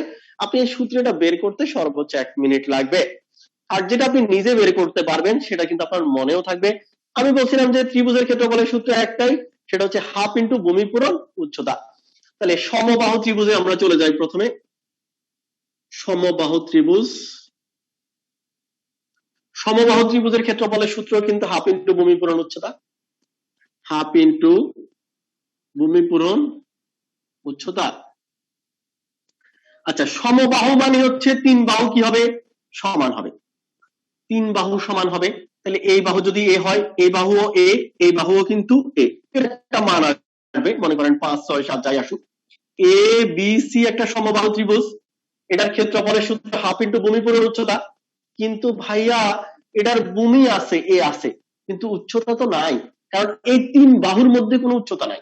কিন্তু আমার ত্রিভুজটা যদি এমন হইতো, যদি এমন হইতো সমকোণী হইতো যে এ বি সি, এটার ক্ষেত্রফলের সূত্র হাফ ইন্টু ভূমি পূরণ উচ্চতা, এটার ক্ষেত্রফলের সূত্র হাফ ইন্টু ভূমি পূরণ উচ্চতা। কিন্তু দেখেন এটার কিন্তু উচ্চতা দেওয়া আছে, উচ্চতা হচ্ছে কি, উচ্চতা হচ্ছে এবি, উচ্চতা হচ্ছে এবি, আর ভূমি হচ্ছে বিসি। দেখেন এটার ভূমি দেওয়া আছে কিন্তু উচ্চতা নাই, কারণ কি, কারণ ত্রিভুজ মানে তিন বাহু, ত্রিভুজ মানে তিন বাহু, তাহলে এই তিন বাহুর মধ্যে কি আছে, উচ্চতা আছে, তিন বাহুর মধ্যে ভূমিও আছে। আর এখানে তিন বাহুর মধ্যে শুধু ভূমি আছে কিন্তু কি নাই, উচ্চতা নাই। তাহলে আমাকে আলাদা করে কি করতে হবে, উচ্চতা টানতে হবে, আলাদা করে আমরা একটা উচ্চতা টানবো। আচ্ছা, এই বাহুটা কি তিন বাহুর মধ্যে আছে, না, এটা আলাদা করে আমি টানছি। দেখেন এইটার মান যদি, পুরোটার মান যদি এ হয়, এই পুরোটার বিসির মান যদি এ হয়, আচ্ছা এ থেকে বিসি পর্যন্ত যে সরল রেখা টানলাম এটা মাঝ বরাবর আসছে, এটা বিসি কে, মনোযোগ দিবেন, ও বিন্দুতে ছেদ করছে। কি বিন্দুতে ছেদ করছে, ও বিন্দুতে ছেদ করছে। আচ্ছা এ ওর একটা নাম দিলাম এক্স, কি নাম দিলাম, এক্স। আচ্ছা বিসি সমান কি, বিসি সমান হচ্ছে এ, এই পুরোটা হচ্ছে এ। তাহলে মাঝ বরাবর যখন বিসি দুই ভাগ হয়ে গেছে, তখন বিও সমান সিও, দুটোটাই হচ্ছে সমান, তখন কি হবে, হাফ এ, তার মানে বি ওর মান হচ্ছে কি হাফ এ, হাফ এ মানে হচ্ছে a বাই 2। আচ্ছা অ্যাটেনশন প্লিজ, একটু খেয়াল করেন এটা বুঝতেছেন কিনা দেখেন তো। তাহলে আমার তিন বাহুর মধ্যে কিন্তু এ ও বাহুটা নাই, তাহলে এ ও বাহুর মান ধরলাম হচ্ছে x, তাহলে x এর এমন একটা মান বের করব যেখানে তিন বাহুর মান কিন্তু a, সেখানে x এর মান a সংক্রান্ত সহগ আসবে। তখন a সংক্রান্ত সহগ আসবে, কারণ এ এ বি সি ত্রিভুজের তিন বাহুর মধ্যে কিন্তু এ ও নাই, আমি এ অতিরিক্ত টানছি, এটা তো আর এর সমান হবে না, এটাকে ধরলাম x, এটা বিসির মাঝ বরাবর আসছে, তাহলে বিসি কে সে এ কে দুই ভাগ করছে, তাহলে দুই ভাগ করছে মানে এটার মান হচ্ছে কত a বাই 2। একটু খেয়াল করে দেখবেন একই মানুষ বিভিন্ন জনের কাছে বিভিন্ন পরিচয় বহন করে চলে। আপনি কারোর ভাই, কারোর ভগ্নিপতি, কারোর বন্ধু, এক একজনের কাছে আপনার পরিচয় কিন্তু এক এক রকম। দেখেন ভাইয়া, এ ওর পরিচয় কি, এ ও হচ্ছে এ বি সি ত্রিভুজের মধ্যে এটা হচ্ছে উচ্চতা, ঠিক না কথাটা? আচ্ছা আবার এ ও বি ত্রিভুজ, আবার এ বি সি ত্রিভুজের মধ্যে এ বির পরিচয় হচ্ছে কি, এ বি একটা বাহু। আচ্ছা আবার এ ও বি যে ত্রিভুজ, একটু খেয়াল করেন, এ ও বি যে ত্রিভুজ, ত্রিভুজ এ ও বি এর মধ্যে এ বির পরিচয় হচ্ছে সে অতিভুজ, কারণ এখানে এ ও বি ত্রিভুজ কিন্তু সমকোণী ত্রিভুজ। তাহলে এ ও বি কি ধরনের ত্রিভুজ? সমকোণী ত্রিভুজ। পুরো ত্রিভুজটা কিন্তু সমবাহু, কিন্তু এ ও বি অর্ধেকটা যখন নি, অথবা এই অর্ধেকটা নি, মনে করেন এটা নাই, এই অর্ধেকটা যখন নিছি এ ও বি, এটা কি ধরনের ত্রিভুজ? সমকোণী ত্রিভুজ। সমকোণী ত্রিভুজের ক্ষেত্রে পিথাগোরাসের একটা সূত্র আছে, এটা আমরা সবাই জানি, যে অতিভুজ স্কয়ার সমান লম্ব স্কয়ার প্লাস ভূমি স্কয়ার। তাহলে পিথাগোরাসের যে সূত্র, এটা আমরা শুধুমাত্র সমকোণী ত্রিভুজের ক্ষেত্রেই প্রযোজ্য আমরা জানি। তাহলে সমকোণী ত্রিভুজের ক্ষেত্রে পিথাগোরাসের সূত্র অনুযায়ী যে অতিভুজ স্কয়ার সমান লম্ব স্কয়ার প্লাস ভূমি স্কয়ার, অতিভুজ স্কয়ার সমান লম্ব স্কয়ার প্লাস ভূমি স্কয়ার, এই সূত্র কোন ত্রিভুজের ক্ষেত্রে প্রযোজ্য? সমকোণী ত্রিভুজের ক্ষেত্রে প্রযোজ্য। তাহলে পরীক্ষায় প্রশ্ন আসতে পারে অতিভুজ স্কয়ার সমান লম্ব স্কয়ার প্লাস ভূমি স্কয়ার, এটা কোন ধরনের ত্রিভুজের ক্ষেত্রে প্রযোজ্য? সমকোণী ত্রিভুজের ক্ষেত্রে। কে কইছে? পিথাগোরাস বলছে। এটা পিথাগোরাসের একটা উপপাদ্য বা সূত্র, ছোটবেলায় আমরা এটা প্রমাণ করতাম, এখন প্রমাণ করার দরকার নাই, আপাতত জেনে রাখলেই হবে। তাহলে এ ও বি সমকোণী ত্রিভুজ, সমকোণী ত্রিভুজের ক্ষেত্রে অতিভুজ স্কয়ার সমান লম্ব স্কয়ার প্লাস ভূমি স্কয়ার। সমকোণের বিপরীতে যেটা থাকে সেটাকে অতিভুজ বলে। দেখেন আমি একটা সমকোণী ত্রিভুজ আঁকি, এ বি সি, এই সমকোণ হচ্ছে 90 ডিগ্রি, সমকোণের বিপরীতে যেটা থাকবে সেটাই হচ্ছে অতিভুজ। আর তিন বাহুর মধ্যে অতিভুজটা বড় হয়। দেখেন এই বাহু আর এই বাহু থেকে এই বাহুটা কি হবে? বড় হবে। অতিভুজ বাহুটা কিভাবে বুঝবেন? সমকোণের ঠিক বিপরীত দিকে থাকবে, 90 ডিগ্রির বিপরীত কোণে আছে, এটাই হচ্ছে অতিভুজ। তাহলে এখানে তিন বাহুর মধ্যে সবচেয়ে বড় কে? তিন বাহুর মধ্যে সবচেয়ে বড় হচ্ছে কে? এসি বাহু হচ্ছে বড়, সমকোণের বিপরীতে থাকবে অতিভুজ। আচ্ছা তাহলে অতিভুজের বর্গ করলে যা হবে, লম্ব আর ভূমির বর্গ করলেও কিন্তু তা হবে। এটা যদি 5 হয় তাহলে এইটা 5 স্কয়ার মানে হচ্ছে 25, তাহলে লম্ব স্কয়ার এটা হচ্ছে মনে করেন, তাই তখন এটা 4 হইতে হবে, এটা 3 হইতে হবে, না হয় সমকোণী ত্রিভুজ অঙ্কন করা যাবে না। তাহলে এটা হচ্ছে 16, এটা হচ্ছে 9, মানে হচ্ছে 25, 25 সমান 25। অতিভুজ স্কয়ার সমান যা হবে, লম্ব স্কয়ার আর ভূমি স্কয়ার সমান তা হবে। কি ক্ষেত্রে? সমকোণী ত্রিভুজের ক্ষেত্রে। কে কইছে? পিথাগোরাস কইছে। এটা যদি 5 হয় তাহলে এইটা 4 হবে, এটা 3 হবে, এটা কোনোভাবে আই হতে পারবে না, এটা কোনোভাবেই হচ্ছে 4 পয়েন্ট সামথিং 3 পয়েন্ট সামথিং হতে পারবে না, বা 5 হতে পারবে না, কারণ অতিভুজ স্কয়ার সমান লম্ব স্কয়ার প্লাস ভূমি স্কয়ার মিলতে হবে সমকোণী ত্রিভুজ হলে। কে বলছে? পিথাগোরাস বলছে। আচ্ছা দেখেন attention please, A O B একটা সমকোণী ত্রিভুজ, সমকোণী ত্রিভুজের ক্ষেত্রে অতিভুজ স্কয়ার সমকোণের বিপরীতে আছে অতিভুজ, তাহলে অতিভুজ স্কয়ার মানে হচ্ছে এ বি স্কয়ার, আর এ বির মান কত? এ। আচ্ছা তাহলে অতিভুজ স্কয়ার মানে হচ্ছে এ স্কয়ার, আর লম্ব স্কয়ার, লম্ব হচ্ছে কি? আমি তো লম্ব অতিরিক্ত হিসাবে টানছি এক্স, লম্ব স্কয়ার প্লাস ভূমি স্কয়ার। ভূমি কি বিসি নাকি বিও? বিও। আমি তো শুধু ছোট এ ও বি ত্রিভুজ দিয়ে কাজ করতেছি, এখানে ভূমি কি বিসি নাকি বিও? বিও। তাহলে বিওর মান কত? হাফ এ। তাহলে অতিভুজ স্কয়ার সমান এ স্কয়ার, লম্ব স্কয়ার মানে হচ্ছে এক্স স্কয়ার, আর ভূমি স্কয়ার মানে হচ্ছে এ বাই 2 স্কয়ার। আচ্ছা পিথাগোরাসের উপপাদ্য অনুযায়ী এ ও বি সমকোণী ত্রিভুজ থেকে অতিভুজ স্কয়ার সমান লম্ব স্কয়ার প্লাস ভূমি স্কয়ার, এখান থেকে আমরা এক্স এর মান বের করব, এক্স এর মান বের হবে এ সংক্রান্ত সহগ, সেটা আমরা সমবাহু ত্রিভুজের ক্ষেত্রফলের সূত্র আমরা জানি কি হাফ ইন্টু ভূমি পূরণ উচ্চতা। মনোযোগ দিবেন।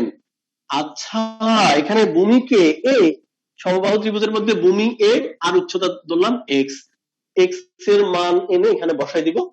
আচ্ছা, এবার আমরা ক্যালকুলেশন করি। এ স্কয়ার সমান X square plus A square by 4। আচ্ছা, আমরা এক্স স্কয়ারটাকে এই পাশে নিয়ে আসি আর A square by 4, A square এই পাশে চলে যায়, মানে এটা এই পাশে রাখছি আর এ স্কয়ার ওই পাশে রাখছি, ঠিক আছে কথাটা? আচ্ছা, এটা উল্টাই লিখি, আপনারা যদি না বুঝেন আমি আবার লিখতেছি। বাই 4 সমান হচ্ছে কি এ স্কয়ার। আচ্ছা, তাইলে আমরা এটাকে আগে লিখছি আর এ স্কয়ারটা পরে লিখছি, তাহলে এক্স স্কয়ারটাকে রেখে দিলাম, এ স্কয়ার এই পাশে আছে, এ স্কয়ার বাই 4 যখন ওই পাশে যাবে তখন মাইনাস হয়ে যাবে, তখন এ স্কয়ার বাই 4 এখানে এই পাশে গেলে মাইনাস হয়ে যাবে। সুতরাং এক্স স্কয়ার সমান হয়ে যাবে 4a square minus a square. 4a square minus a square মানে হচ্ছে 3a স্কয়ার। সুতরাং এক্স স্কয়ার সমান হয়ে যাবে 3a স্কয়ার বাই 4। কিন্তু আমাকে কি এক্স স্কয়ারের মান লাগবে নাকি এক্স এর মান লাগবে? এক্স এর মান লাগবে। আপনি চাইলে নেন না লিখে এক্স স্কয়ার ওই পাশে রাখলেও হয়তো, কোনো সমস্যা নাই। তাহলে এক্স স্কয়ারের বর্গ করলে এক্স হয়, 3 এর বর্গ করলে হচ্ছে √3, এ স্কয়ারের বর্গ করলে এ, 4 এর বর্গ করলে হচ্ছে 2। দেখেন এক্স স্কয়ারের বর্গ করলে এক্স, 3 এর বর্গ করলে √3, এ স্কয়ারের বর্গমূল করলে 3 এর বর্গমূল করলে √3, এ স্কয়ারের বর্গমূল করলে এ, আর নিচে 4 এর বর্গমূল করলে 2। দেখেন এক্স এর আমরা মান পাইছি, তাহলে এক্স এর কি মান পাইছি? এক্স এর মান পাইছি হচ্ছে √3a/2। দেখেন ভাইয়া, এই দুইটাও নিচে, এই দুইটাও নিচে, 2 এ 2 গুণ করলে 4 হয়। উপরে √3 আছে, আবার উপরে এ আছে, এ আছে, এই দুটোটা গুণ করলে এ স্কয়ার। আচ্ছা দেখেন, হাফ ইন্টু ভূমি পূরণ উচ্চতা থেকে সমবাহু ত্রিভুজের ক্ষেত্রফলের সূত্র আসছে √3/4 ইন্টু এ স্কয়ার। এটা কোথা থেকে আসছে? হাফ ইন্টু ভূমি পূরণ উচ্চতা থেকে আসে। ভূমি আমার জানা ছিল, উচ্চতা জানা ছিল না বলে উচ্চতা অতিরিক্ত টানছি, এক্স ধরছি, সেই এক্স এর মান বসাই দিলে সেখান থেকে পুরোটার মান পাওয়া যায় √3/4 ইন্টু এ স্কয়ার। সেখান থেকে আসছে সমবাহু ত্রিভুজের ক্ষেত্রফলের সূত্র হচ্ছে √3/4 into A square, R A হচ্ছে বাহু, এ হচ্ছে কি বাহু। ওকে, আচ্ছা, আর এটা যারা বুঝেন নাই তারা শুধু এটা মনে রাখলেই হবে, সমবাহু ত্রিভুজের ক্ষেত্রফলের সূত্র হচ্ছে √3/4 ইন্টু এ স্কয়ার। এটা কোথা থেকে আসছে এটার ব্যাখ্যা দিয়েছি, তুলে নেন আপাতত, কিন্তু এগুলো আবার বিশেষ রিটেন পরীক্ষার জন্য লাগবে। প্লাস আপনাকে সূত্র যে মনে থাকে না, ইচ্ছে করলে আপনি একবার বানাই ফেললে আপনার মনে থাকবে। আর যখন আমি জাস্ট আপনাদেরকে বোঝানোর জন্য অনেক কিছু ভেঙে ভেঙে লিখছি, এত কিছু ভেঙে লেখা লাগে না। তোলা হয়েছে কিনা একটু বলেন তো, আমি মুছে ফেলবো। সমবাহু ত্রিভুজের ক্ষেত্রফলের সূত্র হচ্ছে হাফ ইন্টু ভূমি পূরণ উচ্চতা, আর সেখানে উচ্চতা জানা ছিল না, কারণ 3 বাহুর মধ্যে হচ্ছে উচ্চতা ছিল না, উচ্চতা এক্স ধরছি, আর সেখানে যখন উচ্চতা আমি এক্স ধরছি আর সেখানে এ ও বি একটা সমকোণী ত্রিভুজ হয়ে গেছে, সেখানে অতিভুজ স্কয়ার সমান লম্ব স্কয়ার ভূমি স্কয়ার থেকে এক্স এর মান পেয়েছি √3/2 ইন্টু এ, √3/2 ইন্টু এ, এটা এক্স এর মান যখন বসাইছি তখন √3/4 ইন্টু এ স্কয়ার চলে আসছে সমবাহু ত্রিভুজের ক্ষেত্রে। আচ্ছা ওকে, আর যারা বুঝেন নাই তারা শুধু এটাই মনে রাখেন, সমবাহু ত্রিভুজের ক্ষেত্রফলের সূত্র হচ্ছে √3/4 ইন্টু এ স্কয়ার, যেখানে এ হচ্ছে বাহু। এবার আমি আপনাদেরকে একটা ম্যাথ দিব, আপনারা করবেন।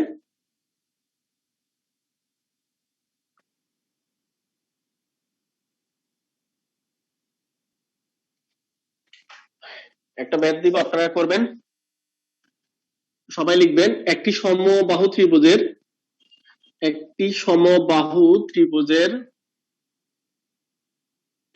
বাহুর দৈর্ঘ্য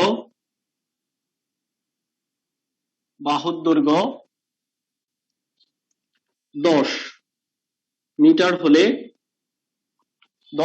হলে ত্রিভুজটির ক্ষেত্রফল কত?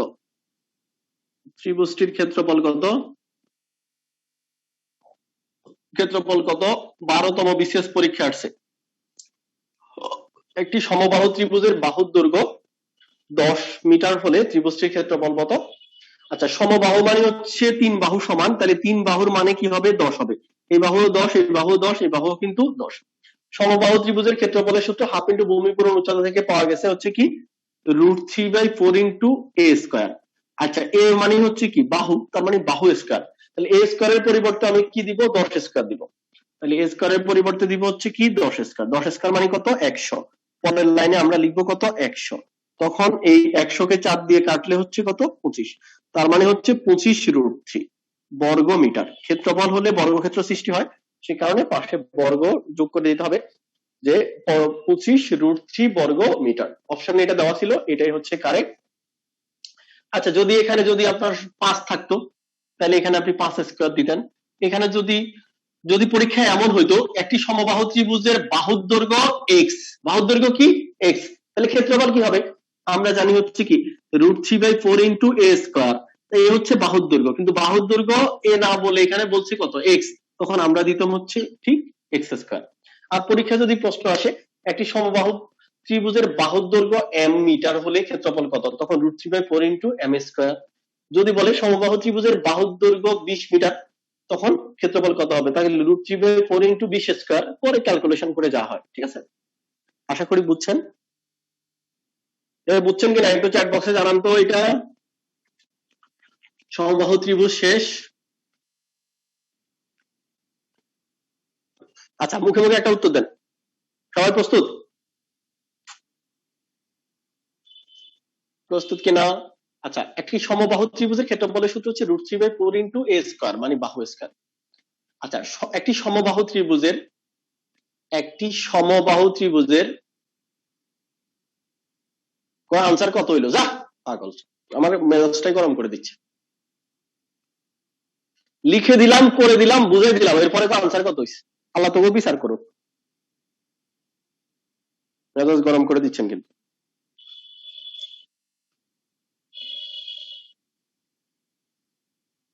আচ্ছা, একটি সমবাহু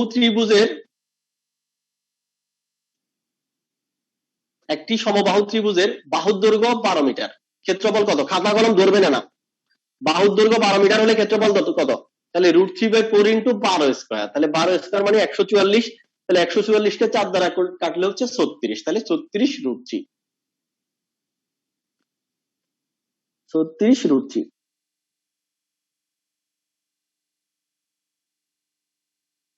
কেমন কষ্ট লাগে না ভাই? আমি আমার জায়গা থেকে অনেক পরিশ্রম করে ক্লাস নিই, আমি একটা সেকেন্ডও নষ্ট করতে চাই না। এটাকে বের করে দিলাম, মুখে মুখে বললাম, 3-4 বার বললাম, বোর্ডে লিখলাম, তারপরে বলতেছে এটার উত্তর কত। কেমন লাগে? তার মানে এরা কোন জগতে ছিল?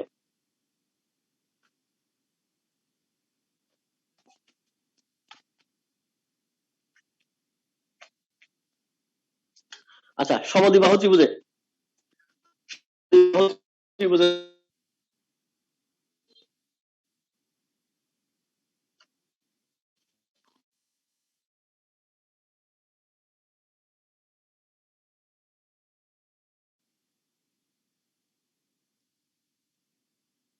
আচ্ছা, সমদ্বিবাহু মানে হচ্ছে দুই বাহু কি হবে? সমান হবে। আচ্ছা, সমদ্বিবাহু ত্রিভুজের ক্ষেত্রফলের সূত্র কিন্তু হাফ ইনটু ভূমি পূরণ উচ্চতা। তাহলে আমরা একটা সমদ্বিবাহু ত্রিভুজ আঁকি, দুই বাহু সমান এরকম একটা ত্রিভুজ আঁকি, এ বি সি, এটা সমদ্বিবাহু ত্রিভুজ। তাহলে এই বাহু আর এই বাহু সমান, আর এই বাহু আর এই বাহু সমান, কিন্তু এই বাহু অসমান, এই কারণে এটার নাম দিলাম হচ্ছে বি। আচ্ছা, তাহলে বলেন তো এই সমদ্বিবাহু ত্রিভুজের ভূমি হচ্ছে কত? বি। ভূমি হচ্ছে কত? বি। আচ্ছা, আর উচ্চতা কি তিন বাহুর মধ্যে কি উচ্চতা আছে? এই তিন বাহুর কোনোটাই কিন্তু উচ্চতা নাই, তার মানে উচ্চতা আমাকে আলাদা করে টানতে হবে। তাহলে উচ্চতা আমি আলাদা করে টানলাম, এটার নাম দিলাম কি? এক্স। এটা বিসি কে ও বিন্দুতে ছেদ করছে। আচ্ছা, বলেন তো এ ও বি একটা সমকোণী ত্রিভুজ না? তাহলে বিসির মান যদি বি হয়, তাহলে বি এর মান হবে হাফ বি, ও সির মানও কিন্তু হাফ বি, ঠিক না? আচ্ছা, দেখেন এই পুরোটা যদি বিসি হয়, বিসির মান যদি বি হয়, তাহলে এটা তো মাঝ বরাবর আসছে, তাহলে এই অর্ধেকের মান হবে অর্ধেক বি/2। এই যে হাফ বি যেই কথা, হাফ ইনটু বি যেই কথা, বি/2 কিন্তু একই কথা। বি এর সাথে যদি এক গুণ হয় তখন বি হবে বি/2। আচ্ছা, তাহলে এ ও বি সমকোণী ত্রিভুজের ক্ষেত্রে আমরা জানি পিথাগোরাসের উপপাদ্য অনুযায়ী অতিভুজ স্কয়ার মানে হচ্ছে কত? এ স্কয়ার, লম্ব স্কয়ার মানে হচ্ছে এক্স স্কয়ার, আর ভূমি স্কয়ার মানে হচ্ছে বি/2 স্কয়ার। উচ্চতা ধরলাম এক্স, এক্স এর মান এখানে বসাই দিতে হবে। তাহলে দেখেন এ স্কয়ার মাইনাস, এটা এই পাশে আনলে মাইনাস হয়ে যাবে, বি স্কয়ার বাই 4 সমান হচ্ছে কি? X square. আচ্ছা, এখানে হচ্ছে 4, লসাগু 4 A square minus B square সমান কি? X square. কিন্তু আমাকে কি এক্স স্কোয়ারের মান লাগবে নাকি এক্স এর মান লাগবে? এক্স এর মান লাগবে।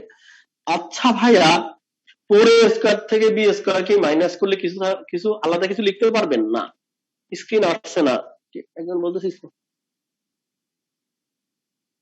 স্ক্রিন আসতেছে তো ভাইয়া, আপনার ওখানে সমস্যা মনে হয়।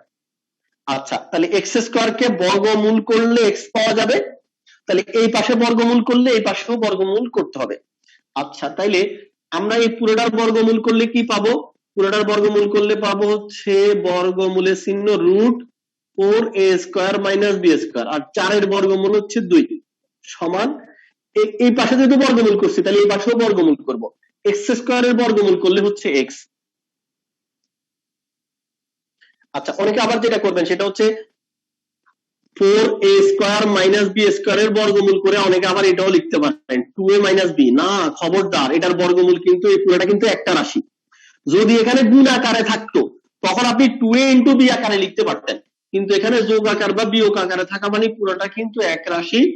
এই পুরো এক রাশিটাকে বর্গমূল করতে গেলে আপনি আলাদা আলাদা রুট দিয়ে লিখতে পারবেন না, আলাদা আলাদা এটা রুট করতে পারবেন না, এটা আলাদা রুট করতে পারবেন না, কারণ পুরোটা হচ্ছে কি এক রাশি। আচ্ছা, আমি আপনাকে বললাম যে 25 মাইনাস 4 এটার বর্গমূল করেন তো। আচ্ছা, এটার রুট করেন, বর্গমূল করেন, তাহলে এটার বর্গমূল হচ্ছে ঠিক এইটা। তাহলে এটাকে কি আপনি লিখতে পারবেন রুট 25 মাইনাস রুট 4? না, লিখতে পারবেন না, পুরোটা কিন্তু এক রাশি। পুরোটা কি রাশি? এক রাশি। তখন এটা হচ্ছে পুরোটা হচ্ছে আসলে 21 এর রুট, ঠিক না? তাহলে আমি এটাকে আলাদা করে এটার বর্গমূল করতে পারবো না, এটার বর্গমূল করতে পারবো না। কেন পারবো না? এটা পুরোটা কিন্তু এক রাশি। তাহলে 4a square minus b square কিন্তু এক রাশি, এটা আলাদা বর্গমূল করা যাবে না, এটা একসাথে রুট দিয়ে এটার বর্গমূল করতে হবে। তাহলে x এর মান বের হয়েছে, আর নিচে 4 এর বর্গমূল করছি আর 2 হয়েছে। x এর মান বের হয়েছে যেটা, সেটা হচ্ছে x এর পরিবর্তে বের হয়েছে কি root 4a square minus b square by 2। এই দেখেন x এর পরিবর্তে এটা বের হয়েছে।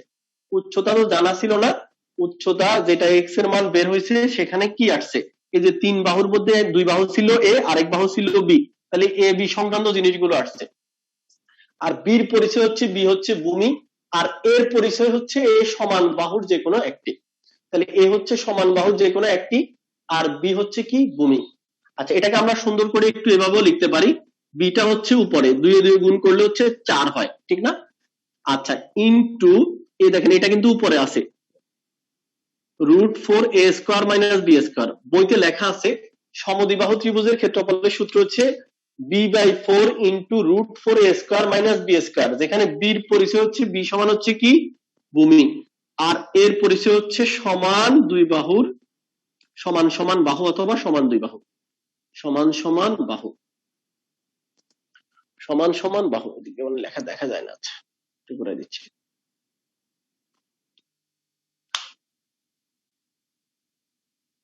আচ্ছা, আর যারা বুঝেন নাই তারা এত কিছু জানার দরকারও নাই, তারা শুধু এই সূত্রটা মুখস্থ রাখেন, b by 4 into root 4a square minus b square, written পরীক্ষা আসলে পারবেন না আর কি। আচ্ছা, b by 4 into root 4a square minus b square, তাহলে b এর পরিচয় হচ্ছে ভূমি, আর এর পরিচয় হচ্ছে সমান সমান বাহুর যে কোনো একটি। এবার পরীক্ষায় প্রশ্ন আসছে, আমি আপনাদেরকে একটা করতে দিব।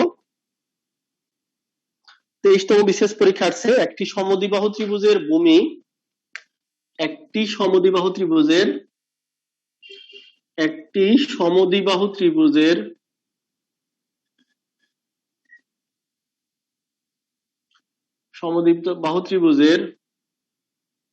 ভূমি 16 মিটার। একটি সমদ্বিবাহু ত্রিভুজের ভূমি হচ্ছে 16 মিটার, এবং এবং অপর দুটি বাহুর প্রতিটি 10 মিটার, এবং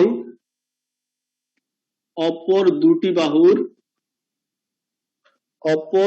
বাহুর প্রতিটি 10 মিটার। 10 মিটার হলে সমদ্বিবাহু ত্রিভুজটির ক্ষেত্রফল কত? সমদ্বিবাহু ত্রিভুজটির ক্ষেত্রফল কত? একটু লিখেন, প্রশ্নটা লিখে আপনারা করেন, সমদ্বিবাহু ত্রিভুজটির ক্ষেত্রফল কত? সূত্রে বসাইলে হয়ে যাবে ক্ষেত্রফল কত। এটা 23তম বিশেষ পরীক্ষা আসছে, প্রাইমারি শিক্ষক নিয়োগ পরীক্ষা অনেকগুলো সেটের মধ্যেই আসছে। তাহলে একটি সমদ্বিবাহু ত্রিভুজের ভূমি 16 মিটার এবং অপর দুই বাহুর প্রতিটি হচ্ছে 10 মিটার হলে সমদ্বিবাহু ত্রিভুজটির ক্ষেত্রফল কত? তাহলে আমরা সমদ্বিবাহু ত্রিভুজের ক্ষেত্রফলের সূত্র একটু আগে বের করছি, সেটা হচ্ছে কি b/4 into √4a² minus b square. তাহলে বির পরিচয় হচ্ছে ভূমি, তাহলে ভূমি বির পরিবর্তে আমি কত লিখবো? 16 লিখবো। তাহলে 16/4 ইন্টু 4a² a² মানে হচ্ছে সমান দুই বাহুর প্রতিটি। তাহলে সমদ্বিবাহু ত্রিভুজের ভূমি ছাড়া বাকি দুই বাহু হচ্ছে কি সমান, তাহলে প্রতিটির মান হচ্ছে কত? 10। তাহলে a² মানে হচ্ছে কত? 10²। আর b² মানে হচ্ছে ভূমি স্কয়ার মানে হচ্ছে 16²। এখানে কাটলে হয় 4, তাহলে 4 ইন্টু এখানে দেখেন 10² মানে হচ্ছে 100, 100-র সাথে 4 গুণ করলে হচ্ছে 400 মাইনাস 16² মানে হচ্ছে 256। তাহলে 4 ইন্টু 400 থেকে 256 গেলে হচ্ছে 144, তাহলে √144।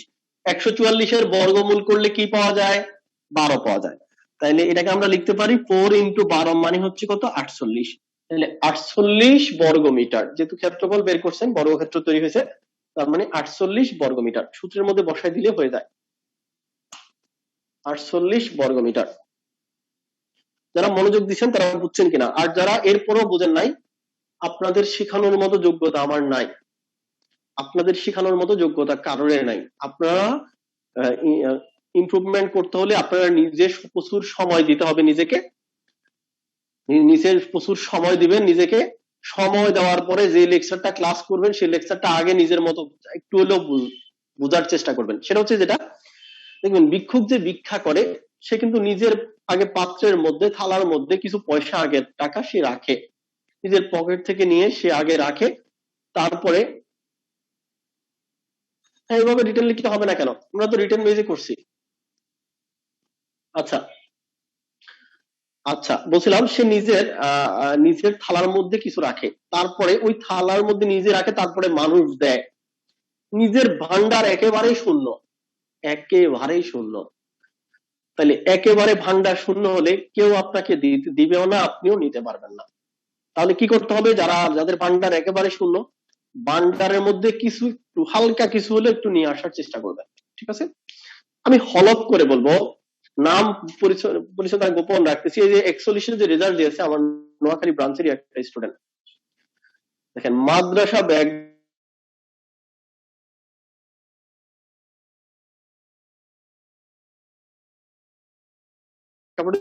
একজন ব্যতিক্রম ছাড়া বাকিদের কোনো বেসিক নাই, না ম্যাথের বেসিক আছে না ইংলিশের বেসিক আছে, কোনোটারই কোনো বেসিক নাই, বাস মুখস্থ বিদ্যায় পারদর্শী।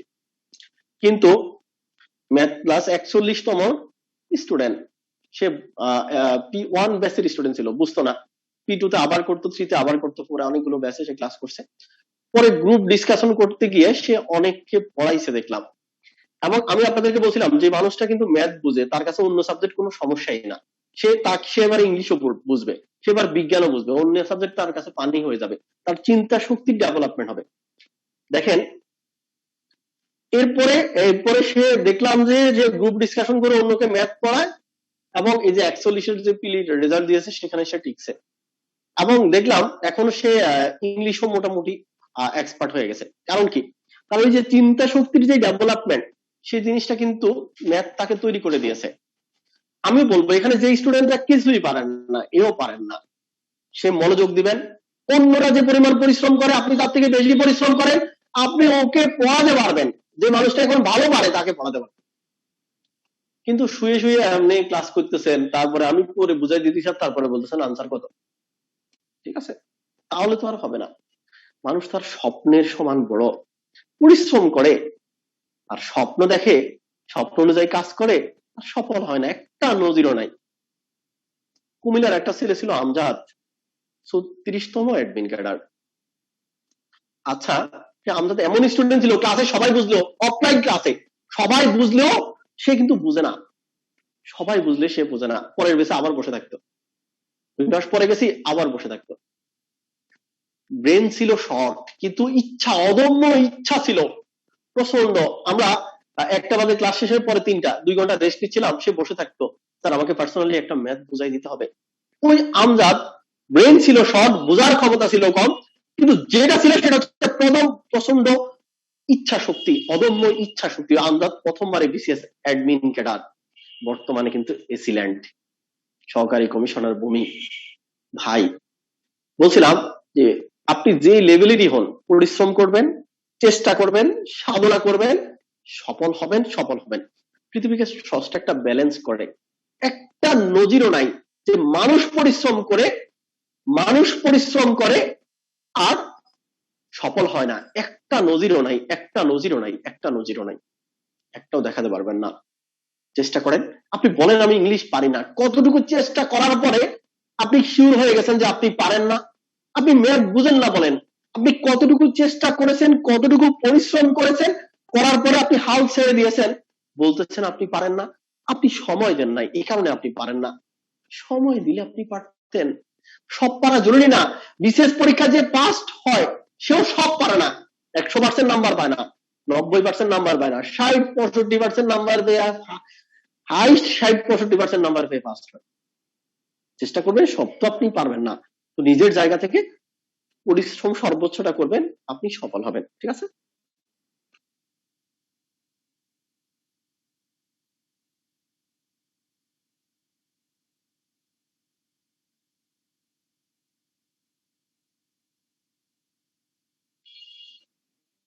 হ্যাঁ, ফখরুদ্দিন পাটোয়ারি, ওটা পরের প্যাটার্ন গুলোর সাথে যেগুলো আসবে সেগুলো আমি করে দেবো। হ্যাঁ,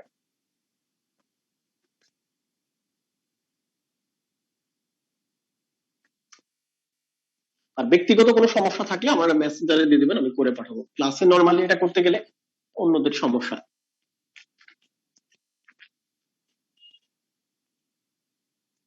লিখা শেষ হওয়ার কি দরকার রে ভাই? লিখা শেষ হওয়ার কি দরকার? আল্লাহ তোগাও বিচার করুক রে, কাদেরকে পড়াচ্ছি? সূত্রের মধ্যে বসায় দিলে হয়ে যায়। একটি সমদ্বিবাহু ত্রিভুজের ভূমি 16 মিটার, অপর দুই বাহুর প্রতিটি 10 মিটার, ক্ষেত্রফল কত? তাহলে আমরা জানি হচ্ছে কি b/4 into √4 a square minus b square. যে মানুষটা এটা বসাই ক্যালকুলেশন করতে পারে না, তার চাকরি না হোক, আমার লানত বর্ষিত হোক তার উপর। এটা বলে আমার থেকে দেখে লিখতে হয়। ভাই বিবি হচ্ছে 16, বি এর পরিবর্তে 16 লিখবেন, এখানে হচ্ছে 4, অপর দুই বাহুর প্রতিটি হচ্ছে 10, তাহলে এর পরিবর্তে আপনি 10 লিখবেন। এই জিনিসটা যদি আমার থেকে দেখে লিখতে হয়, তাহলে আপনি কেমনে ম্যাথ শিখবেন? আমি লজিক বোঝাবো, ক্যালকুলেশন আমার থেকে দেখে লিখবেন না। এ স্কয়ার মানে হচ্ছে 10 স্কয়ার মাইনাস বি স্কয়ার মানে হচ্ছে কত? 16 স্কয়ার। আচ্ছা, তাহলে এখানে কাটলে হচ্ছে কত? 4। এটা কি আমার কাছে দেখে লিখবেন? আচ্ছা, 10 স্কয়ার মানে 100, 100 কে 4 দ্বারা গুণ করলে হচ্ছে 400, 16 স্কয়ার মানে হচ্ছে 256, 400 থেকে 256 গেলে 144 থাকে। এখানে দেখে লেখে 4, এখানে শূন্য দিছে না 1 দিছে, তাহলে এখানে হচ্ছে কত? √144। তাহলে √144 মানে হচ্ছে 12, তাহলে 4 ইন্টু 12 মানে হচ্ছে কত? 48।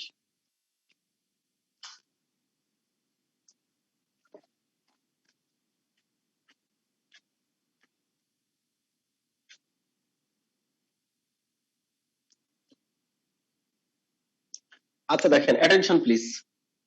বিষমবাহু ত্রিভুজ, এটা বিষমবাহু ত্রিভুজটা যে সূত্রটা, বিষমবাহু ত্রিভুজের সূত্রটা অনেকগুলো স্টেপ পার করে করছে, সেটাতে আমরা যাচ্ছি না। শুধু একটা জিনিস মুখস্থ করতে বলবো, সেটা হচ্ছে বিষমবাহুটা শুধু মুখস্থ করবেন, কারণ এটা ওই যে জ্যামিতির উপপাদ্যের মতো করে অনেকগুলো স্টেপ পার হয়ে গণিতবিদরা এটা বানাইছে। হ্যাঁ, সেটা আপাতত দরকার নাই এখন এই মুহূর্তে। বিসিএস রিটার্নিং ক্লাসে যদি করেন তখন সেটা করানো হবে। আপাতত শুধু প্রিলির জন্য এটা মুখস্থ রাখেন, শুধু এই সূত্রটা, বাকিগুলো আপনি বানাতে পারবেন। এটা একটু লিখেন, শুধু এটাই মুখস্থ করে মনে রাখেন।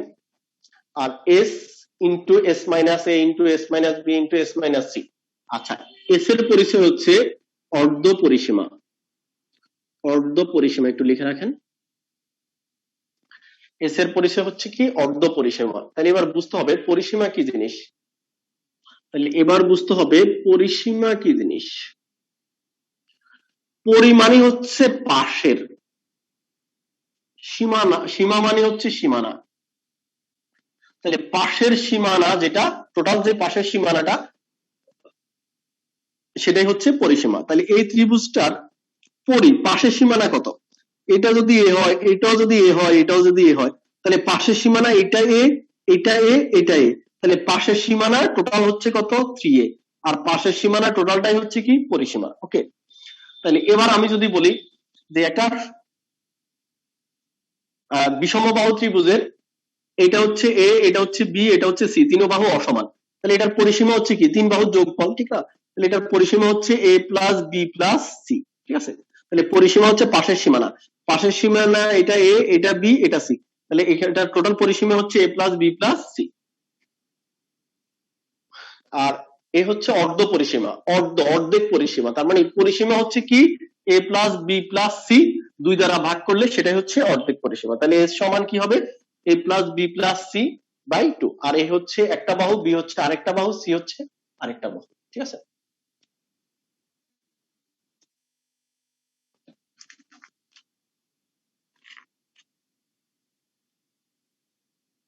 আচ্ছা এবার আমি দেখেন বিষমবাহু ত্রিভুজ থেকে যদি আমি আপনাকে একটা প্রশ্ন দিই, যে কোনো একটা একটি ত্রিভুজের তিন বাহু যথাক্রমে, একটি ত্রিভুজের তিন বাহু যথাক্রমে, একটি ত্রিভুজের তিন বাহু যথাক্রমে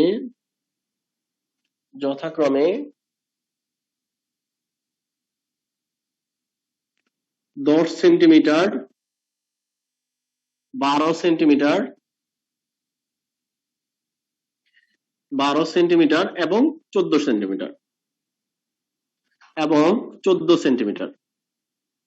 তাহলে ত্রিভুজটির ক্ষেত্রফল কত? দেখেন তিন বাহু অসমান, তাহলে তিন বাহু অসমান, তার মানে হচ্ছে এটা একটা বিষমবাহু ত্রিভুজ। তাহলে এটার প্রথমে কি বের করতে হবে? অর্ধ পরিসীমা বের করতে হবে। অর্ধ পরিসীমা হচ্ছে তিন বাহু যোগ করে দুই দ্বারা ভাগ করা। তাহলে এখানে এস সমান কি হবে 10 প্লাস 12 প্লাস কত 14, ভাগ হচ্ছে কত 2।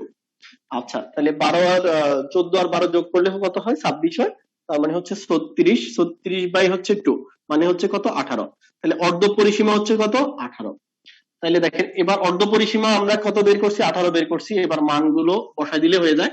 তাহলে এস এর মান কি দিবেন 18, তাহলে 18 মাইনাস এ, এ মানে হচ্ছে এক বাহু হচ্ছে 10, তাহলে এস মাইনাস বি, তার মানে 18 মাইনাস আরেকটা বাহু হচ্ছে কত 12, তাহলে আরেকটা বাহু হচ্ছে কত 14, তাহলে 18 মাইনাস কি 14। আচ্ছা এটা হচ্ছে রুট আছে সবগুলোর সাথে। আচ্ছা 18 ইন্টু 18 থেকে 10 গেলে কত থাকে 8 থাকে। আচ্ছা 18 থেকে 12 গেলে কত থাকে 6 থাকে। আচ্ছা 18 থেকে 14 গেলে কত থাকে 4 থাকে। আচ্ছা এবার সবগুলো কি করবেন গুণ করবেন, গুণ করে এটাকে বর্গমূল করে যেটা হয় সেটাই, ঠিক আছে? এটাকে টোটাল গুণ করে বর্গমূল করে যেটা হয় সেটাই হচ্ছে কি এটার ক্ষেত্রফল, ঠিক আছে? আচ্ছা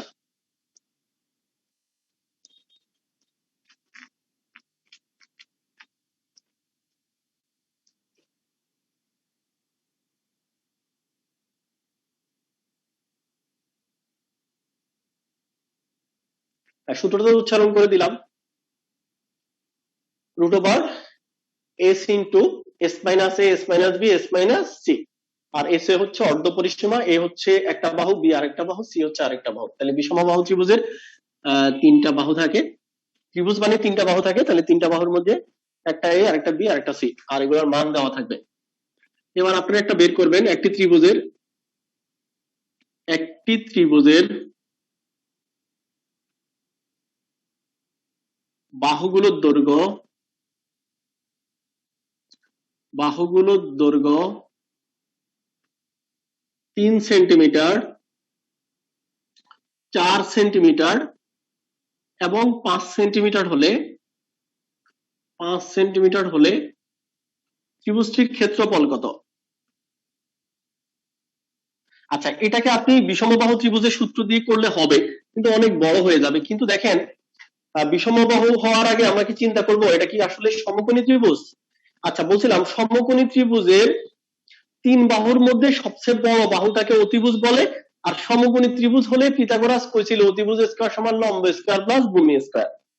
তাইলে যদি অতিভুজ স্কয়ার, যদি 5 স্কয়ার সমান লম্ব স্কয়ার 3 স্কয়ার আর ভূমি স্কয়ার 4 স্কয়ার মিলে 5 স্কয়ার সমান হচ্ছে 25, 3 স্কয়ার মানে হচ্ছে 9, 4 স্কয়ার মানে হচ্ছে 16, তার মানে 25 সমান 25, অতিভুজ স্কয়ার সমান হচ্ছে 25, লম্ব স্কয়ার আর ভূমি স্কয়ার সমানও কিন্তু 25, তার মানে এটা সমকোণী ত্রিভুজ। কিন্তু একটু আগে যেটা ছিল 10, 12 আর 14, 14 স্কয়ার সমান হচ্ছে যা হবে 10 স্কয়ার আর 12 স্কয়ারের যোগফল কিন্তু তা হবে না, সে কারণে আগেরটা সমকোণী ত্রিভুজ নয়, এই কারণে ডাইরেক্ট বিষমবাহু ত্রিভুজের সূত্র দিয়ে করছি।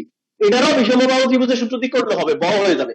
যেহেতু এটা সমকোণী ত্রিভুজ, যেহেতু এটা সমকোণী ত্রিভুজ, সমকোণী ত্রিভুজের সবচেয়ে বড় বাহুটাই হচ্ছে অতিভুজ।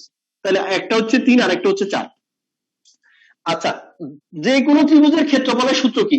হাফ ইনটু ভূমি পূরণ উচ্চতা। তাহলে বলেন তো, অতিভুজ বাদ দিলে বাকি একটা হচ্ছে ভূমি আর একটা হচ্ছে কি উচ্চতা। ভূমি আর উচ্চতা নির্দিষ্ট নয়, সমকোণের বিপরীতে যেটা থাকবে সেটা অতিভুজ নির্দিষ্ট। অতিভুজ ছাড়া বাকি, আপনি যদি এখানে বসেন তাহলে আপনার কাছে উচ্চতা মনে হবে 4 আর ভূমি মনে হবে 3। আপনি এখানে বসলে আপনার কাছে ভূমি মনে হবে 4, উচ্চতা মনে হবে 3। তাহলে ক্ষেত্রফলের সূত্র হচ্ছে হাফ ইনটু ভূমি পূরণ উচ্চতা। তাহলে এখানে আমার ভূমি হচ্ছে 4 আর উচ্চতা হচ্ছে 3। তখন আমরা যদি এখানে কাটাছেঁড়া করি তখন 6 বর্গ সেন্টিমিটার। দেখেন, আচ্ছা আমার এই 5 কোনো কাজে লাগা নাই, কিন্তু 5 থাকার কারণে আমি বুঝছি যে 3 আর 4 এর মধ্যে যে একটা ভূমি আর একটা উচ্চতা, ঠিক আছে। কিন্তু আগের যে ম্যাথ, যে 10, 12 এবং 14, সেখানে কিন্তু হাফ ইনটু 10 ইনটু 12 দিলে আপনার উত্তর হবে না। কেন হবে না? এটা সমকোণী ত্রিভুজ নয়। এই 10 এবং 12 এগুলো ভূমি আর উচ্চতা নয়, তখন এই ত্রিভুজটা হচ্ছে ঠিক এরকম ত্রিভুজ, ওখানে কোনো সমকোণ উৎপন্ন হবে না, ঠিক না কথাটা? এখানে সমকোণ উৎপন্ন হওয়ার কারণে বড় বাহুটা অতিভুজ, বাকি দুইটা হচ্ছে একটা ভূমি আর একটা হচ্ছে কি উচ্চতা। তাহলে ক্ষেত্রফলের সূত্র হচ্ছে হাফ ইনটু ভূমি পূরণ উচ্চতা, মানে হচ্ছে 6 বর্গ সেন্টিমিটার।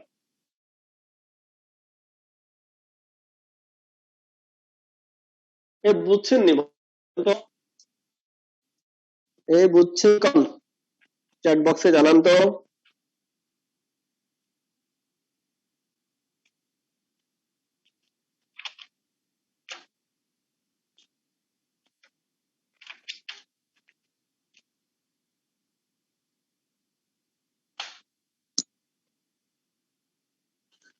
নিজেকে ভালোবাসবেন, নিজেকে ভালোবাসবেন। একটা চাকরি আপনাকে পুরো চেঞ্জ করে দিবে, আপনার পরিবারটাকে চেঞ্জ করে দিবে, আপনার পুরো পরিবারটাকে চেঞ্জ করে দিবে।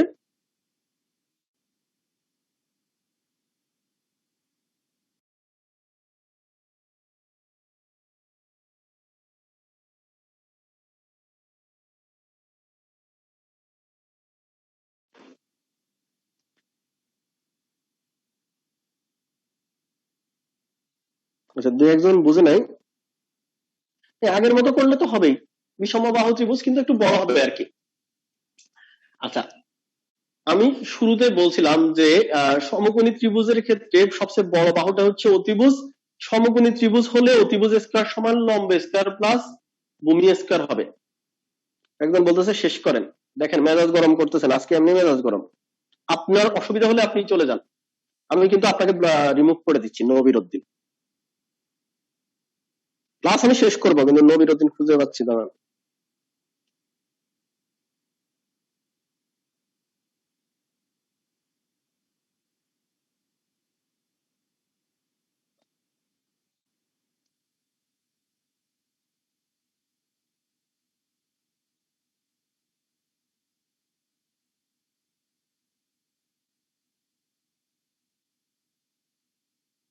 নবীর উদ্দিন রিমুভ করে দিচ্ছি, সে তো বলছে সে শেষ করেন, তাকে শেষ করে দিব। সে আর আজকের এই আইডিতে ক্লাস করতে পারবে না।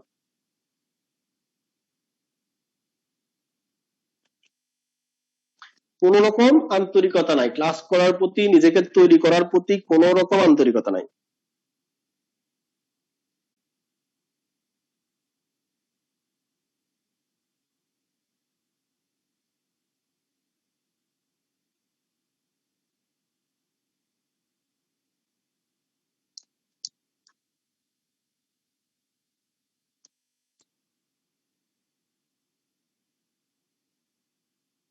দুই ভাবে যেভাবে করেন সেটাই হবে।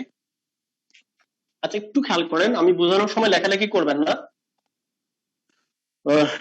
বোঝানোর সময় লেখালেখি করবেন না।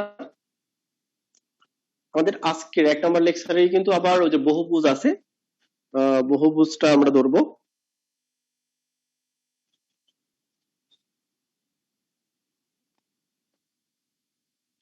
আচ্ছা, সমকোণী ত্রিভুজ কিভাবে চিনি? সমকোণী ত্রিভুজ চিনি হচ্ছে একটা কোণ 90 ডিগ্রি হবে, একটা কোণ 90 ডিগ্রি হবে যদি ডিগ্রির মাপ দেওয়া থাকে। যদি বাহুর মাপ দেওয়া থাকে তাহলে সমকোণী ত্রিভুজ কিভাবে চিনি? সমকোণী ত্রিভুজ কিভাবে চিনি? যদি বাহুর মাপ দেওয়া থাকে, যদি অতিভুজ স্কয়ার সমান লম্ব স্কয়ার প্লাস ভূমি স্কয়ার হয়, তখন সেটা সমকোণী ত্রিভুজ। কে বলছে? পিথাগোরাস বলছে, ঠিক না? আচ্ছা, একটা ত্রিভুজের তিন বাহু, তিন বাহুর একটা হচ্ছে 2, অপরটি হচ্ছে 3, অপরটি হচ্ছে 4। আচ্ছা, এটা কি সমকোণী ত্রিভুজ? তিন বাহুর একটা 2, অপরটি 3, অপরটি 4, এটা কি সমকোণী ত্রিভুজ? একটু জানান তো। 2 3 4, তিন বাহুর একটা 2, অপরটি 3, অপরটি হচ্ছে 4, এটা কি সমকোণী ত্রিভুজ? জানান তো। এটা কি মুখে মুখে করা যায় না? না। কারণ কি? কারণ বড় বাহুটা হচ্ছে 4, বড় বাহু স্কয়ার সমান ছোট দুইটা বাহুর বর্গের যোগফলের সমান না। অতিভুজ স্কয়ার সমান এখানে বড় বাহুটাই অতিভুজ হয়। 4 স্কয়ার সমান হচ্ছে 16, তাহলে 2 স্কয়ার সমান 4, 3 স্কয়ার সমান 9, তাহলে 4 আর 9 যোগ করলে 13 হয়। অতিভুজ স্কয়ার সমান যদি 16 হয়, লম্ব আর ভূমি স্কয়ার সমান 13 হয়, সমান হয় না। তার মানে এটা কিন্তু সমকোণী ত্রিভুজ নয়। তাহলে এটার যদি ক্ষেত্রফল বের করতে বলে, তাহলে আপনি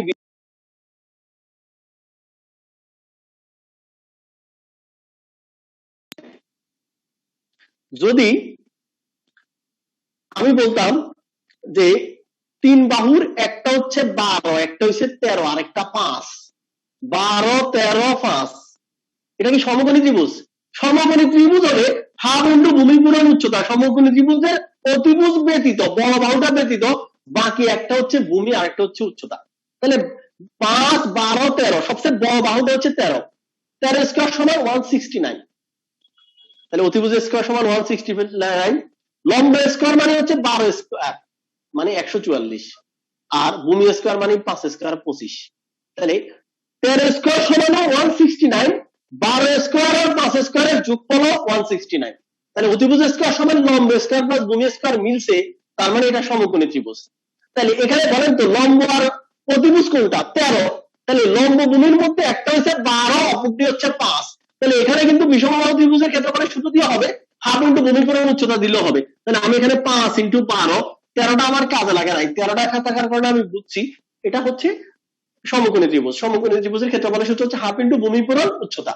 তাহলে বলেন তো এখানে কত হয়? 5 6 কত? 30, তখন ক্ষেত্রফল 30। বিষমবাহু সূত্র দিয়ে করলে এটা 30 হবে। এই ক্লিয়ার কিনা এখন? একজন বলতেছে প্রাইমারি ভাইভাতে বিষমবাহু ত্রিভুজ কাকে বলে জিজ্ঞেস করছিলাম, কিন্তু পারিনি, তবু টিকছি। আল্লাহ তোকে বিচার করুক, ভিতরে মাল নাই কিন্তু তোরা চাকরি পাস। বিষমবাহু ত্রিভুজের চিনেন না কিন্তু চাকরি পাই গেছেন। এটা হচ্ছে বাই চান্স। আমরা বাই চান্স চাচ্ছি না, আমরা বাই চেঞ্জ, নিজেকে পরিবর্তনের মাধ্যমে, নিজেকে পরিবর্তনের মাধ্যমে বাই চান্স টিকে যায় না। অনেকে বাই চান্স চাকরি পায়, ম্যাক্সিমাম বাই চান্স পায়। আমরা বাই সেন্স, বাই সেন্স মানে হচ্ছে কি আপনি কমন, যদি কমন আসে বাই চান্স আমি টিকে যেতে পারি।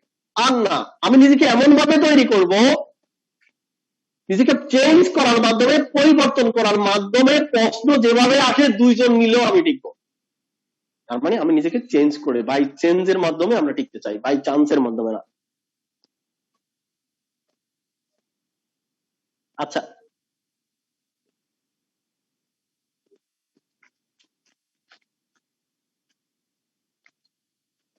আচ্ছা বহুভুজটা আমরা আজকে আর ধরবো না, আমার 9টা রাতে প্রাইভেট ব্যাচের ক্লাস আছে।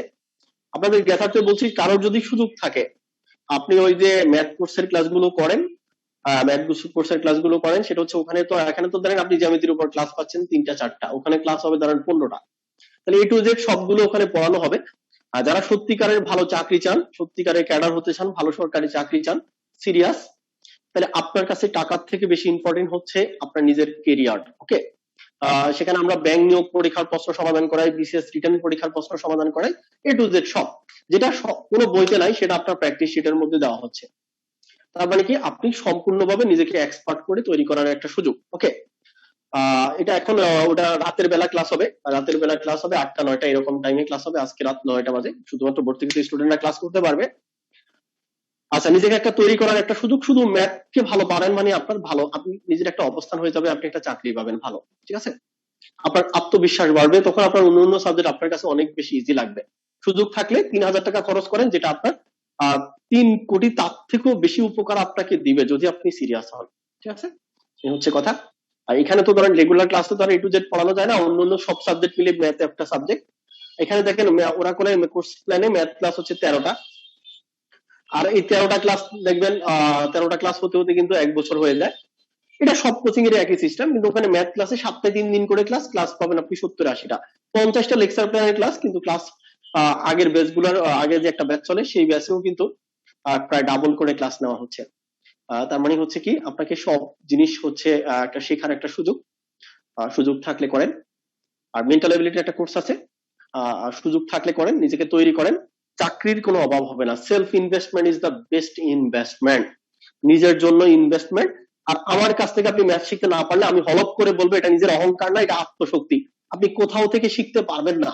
মানুষ তো সূত্র লিখে দেয়, এমনি করে দেয়, বা ফর্মুলা দিয়ে করে দেয়। আমি জিনিসটা ভিতর থেকে বোঝানোর ট্রাই করি, এবং কোনো জিনিস আমি নিজে ভিতর থেকে না বুঝলে আমার নিজেরই সহ্য হয় না, এটা কোথা থেকে কেন এটা আসছে। এই যে চিন্তা শক্তি ডেভেলপমেন্ট হচ্ছে ম্যাথ করার উদ্দেশ্য। সুযোগ থাকলে করেন। চাকরির কোনো দেশে কোনো অভাব নাই, বিশ্বাস করেন। যার চাকরি হয় কয়েক জায়গায় হয়, তারপরে বলে স্যার বাংলাদেশ ব্যাংকের রেডিতে হয়েছে, এনএসআই রেডিতে হয়েছে, কোনটাতে আগে কোনটাতে জয়েন করবো, বিসিএস ভাইবা দিয়ে আসছি।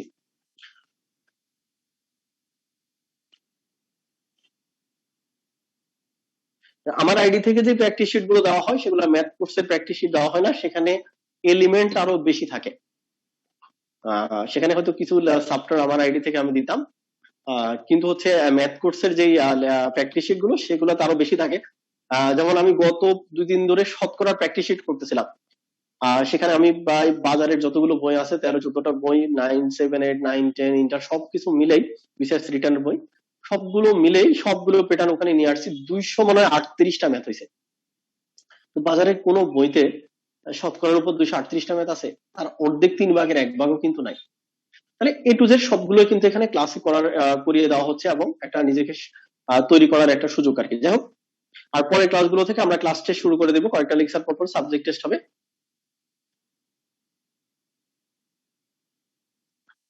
ক্লাস ভালো হয়েছে খারাপ হয়েছে, ক্লাস ভালো না হলে আমরা ক্লাস নিব কেন? ওকে, ঠিক আছে সবার ধন্যবাদ। আমাদের লেকচার 1 এর যেটা বাকি আছে বহুভুজ, হ্যাঁ এটা আমরা পরের ক্লাসে পড়াবো। আশা করি অফলাইনে আমরা ক্লাস শুরু করতে পারবো 11 তারিখের পরে। সবার সাথে অফলাইনে দেখা হবে। আর ম্যাথ কোর্সের ক্লাসগুলো অনলাইনে হবে, রাতের বেলা, সুযোগ থাকলে করবেন। কারো কোনো কথা থাকলে বলেন, আমি আপনাদেরকে ওপেন করে দিচ্ছি।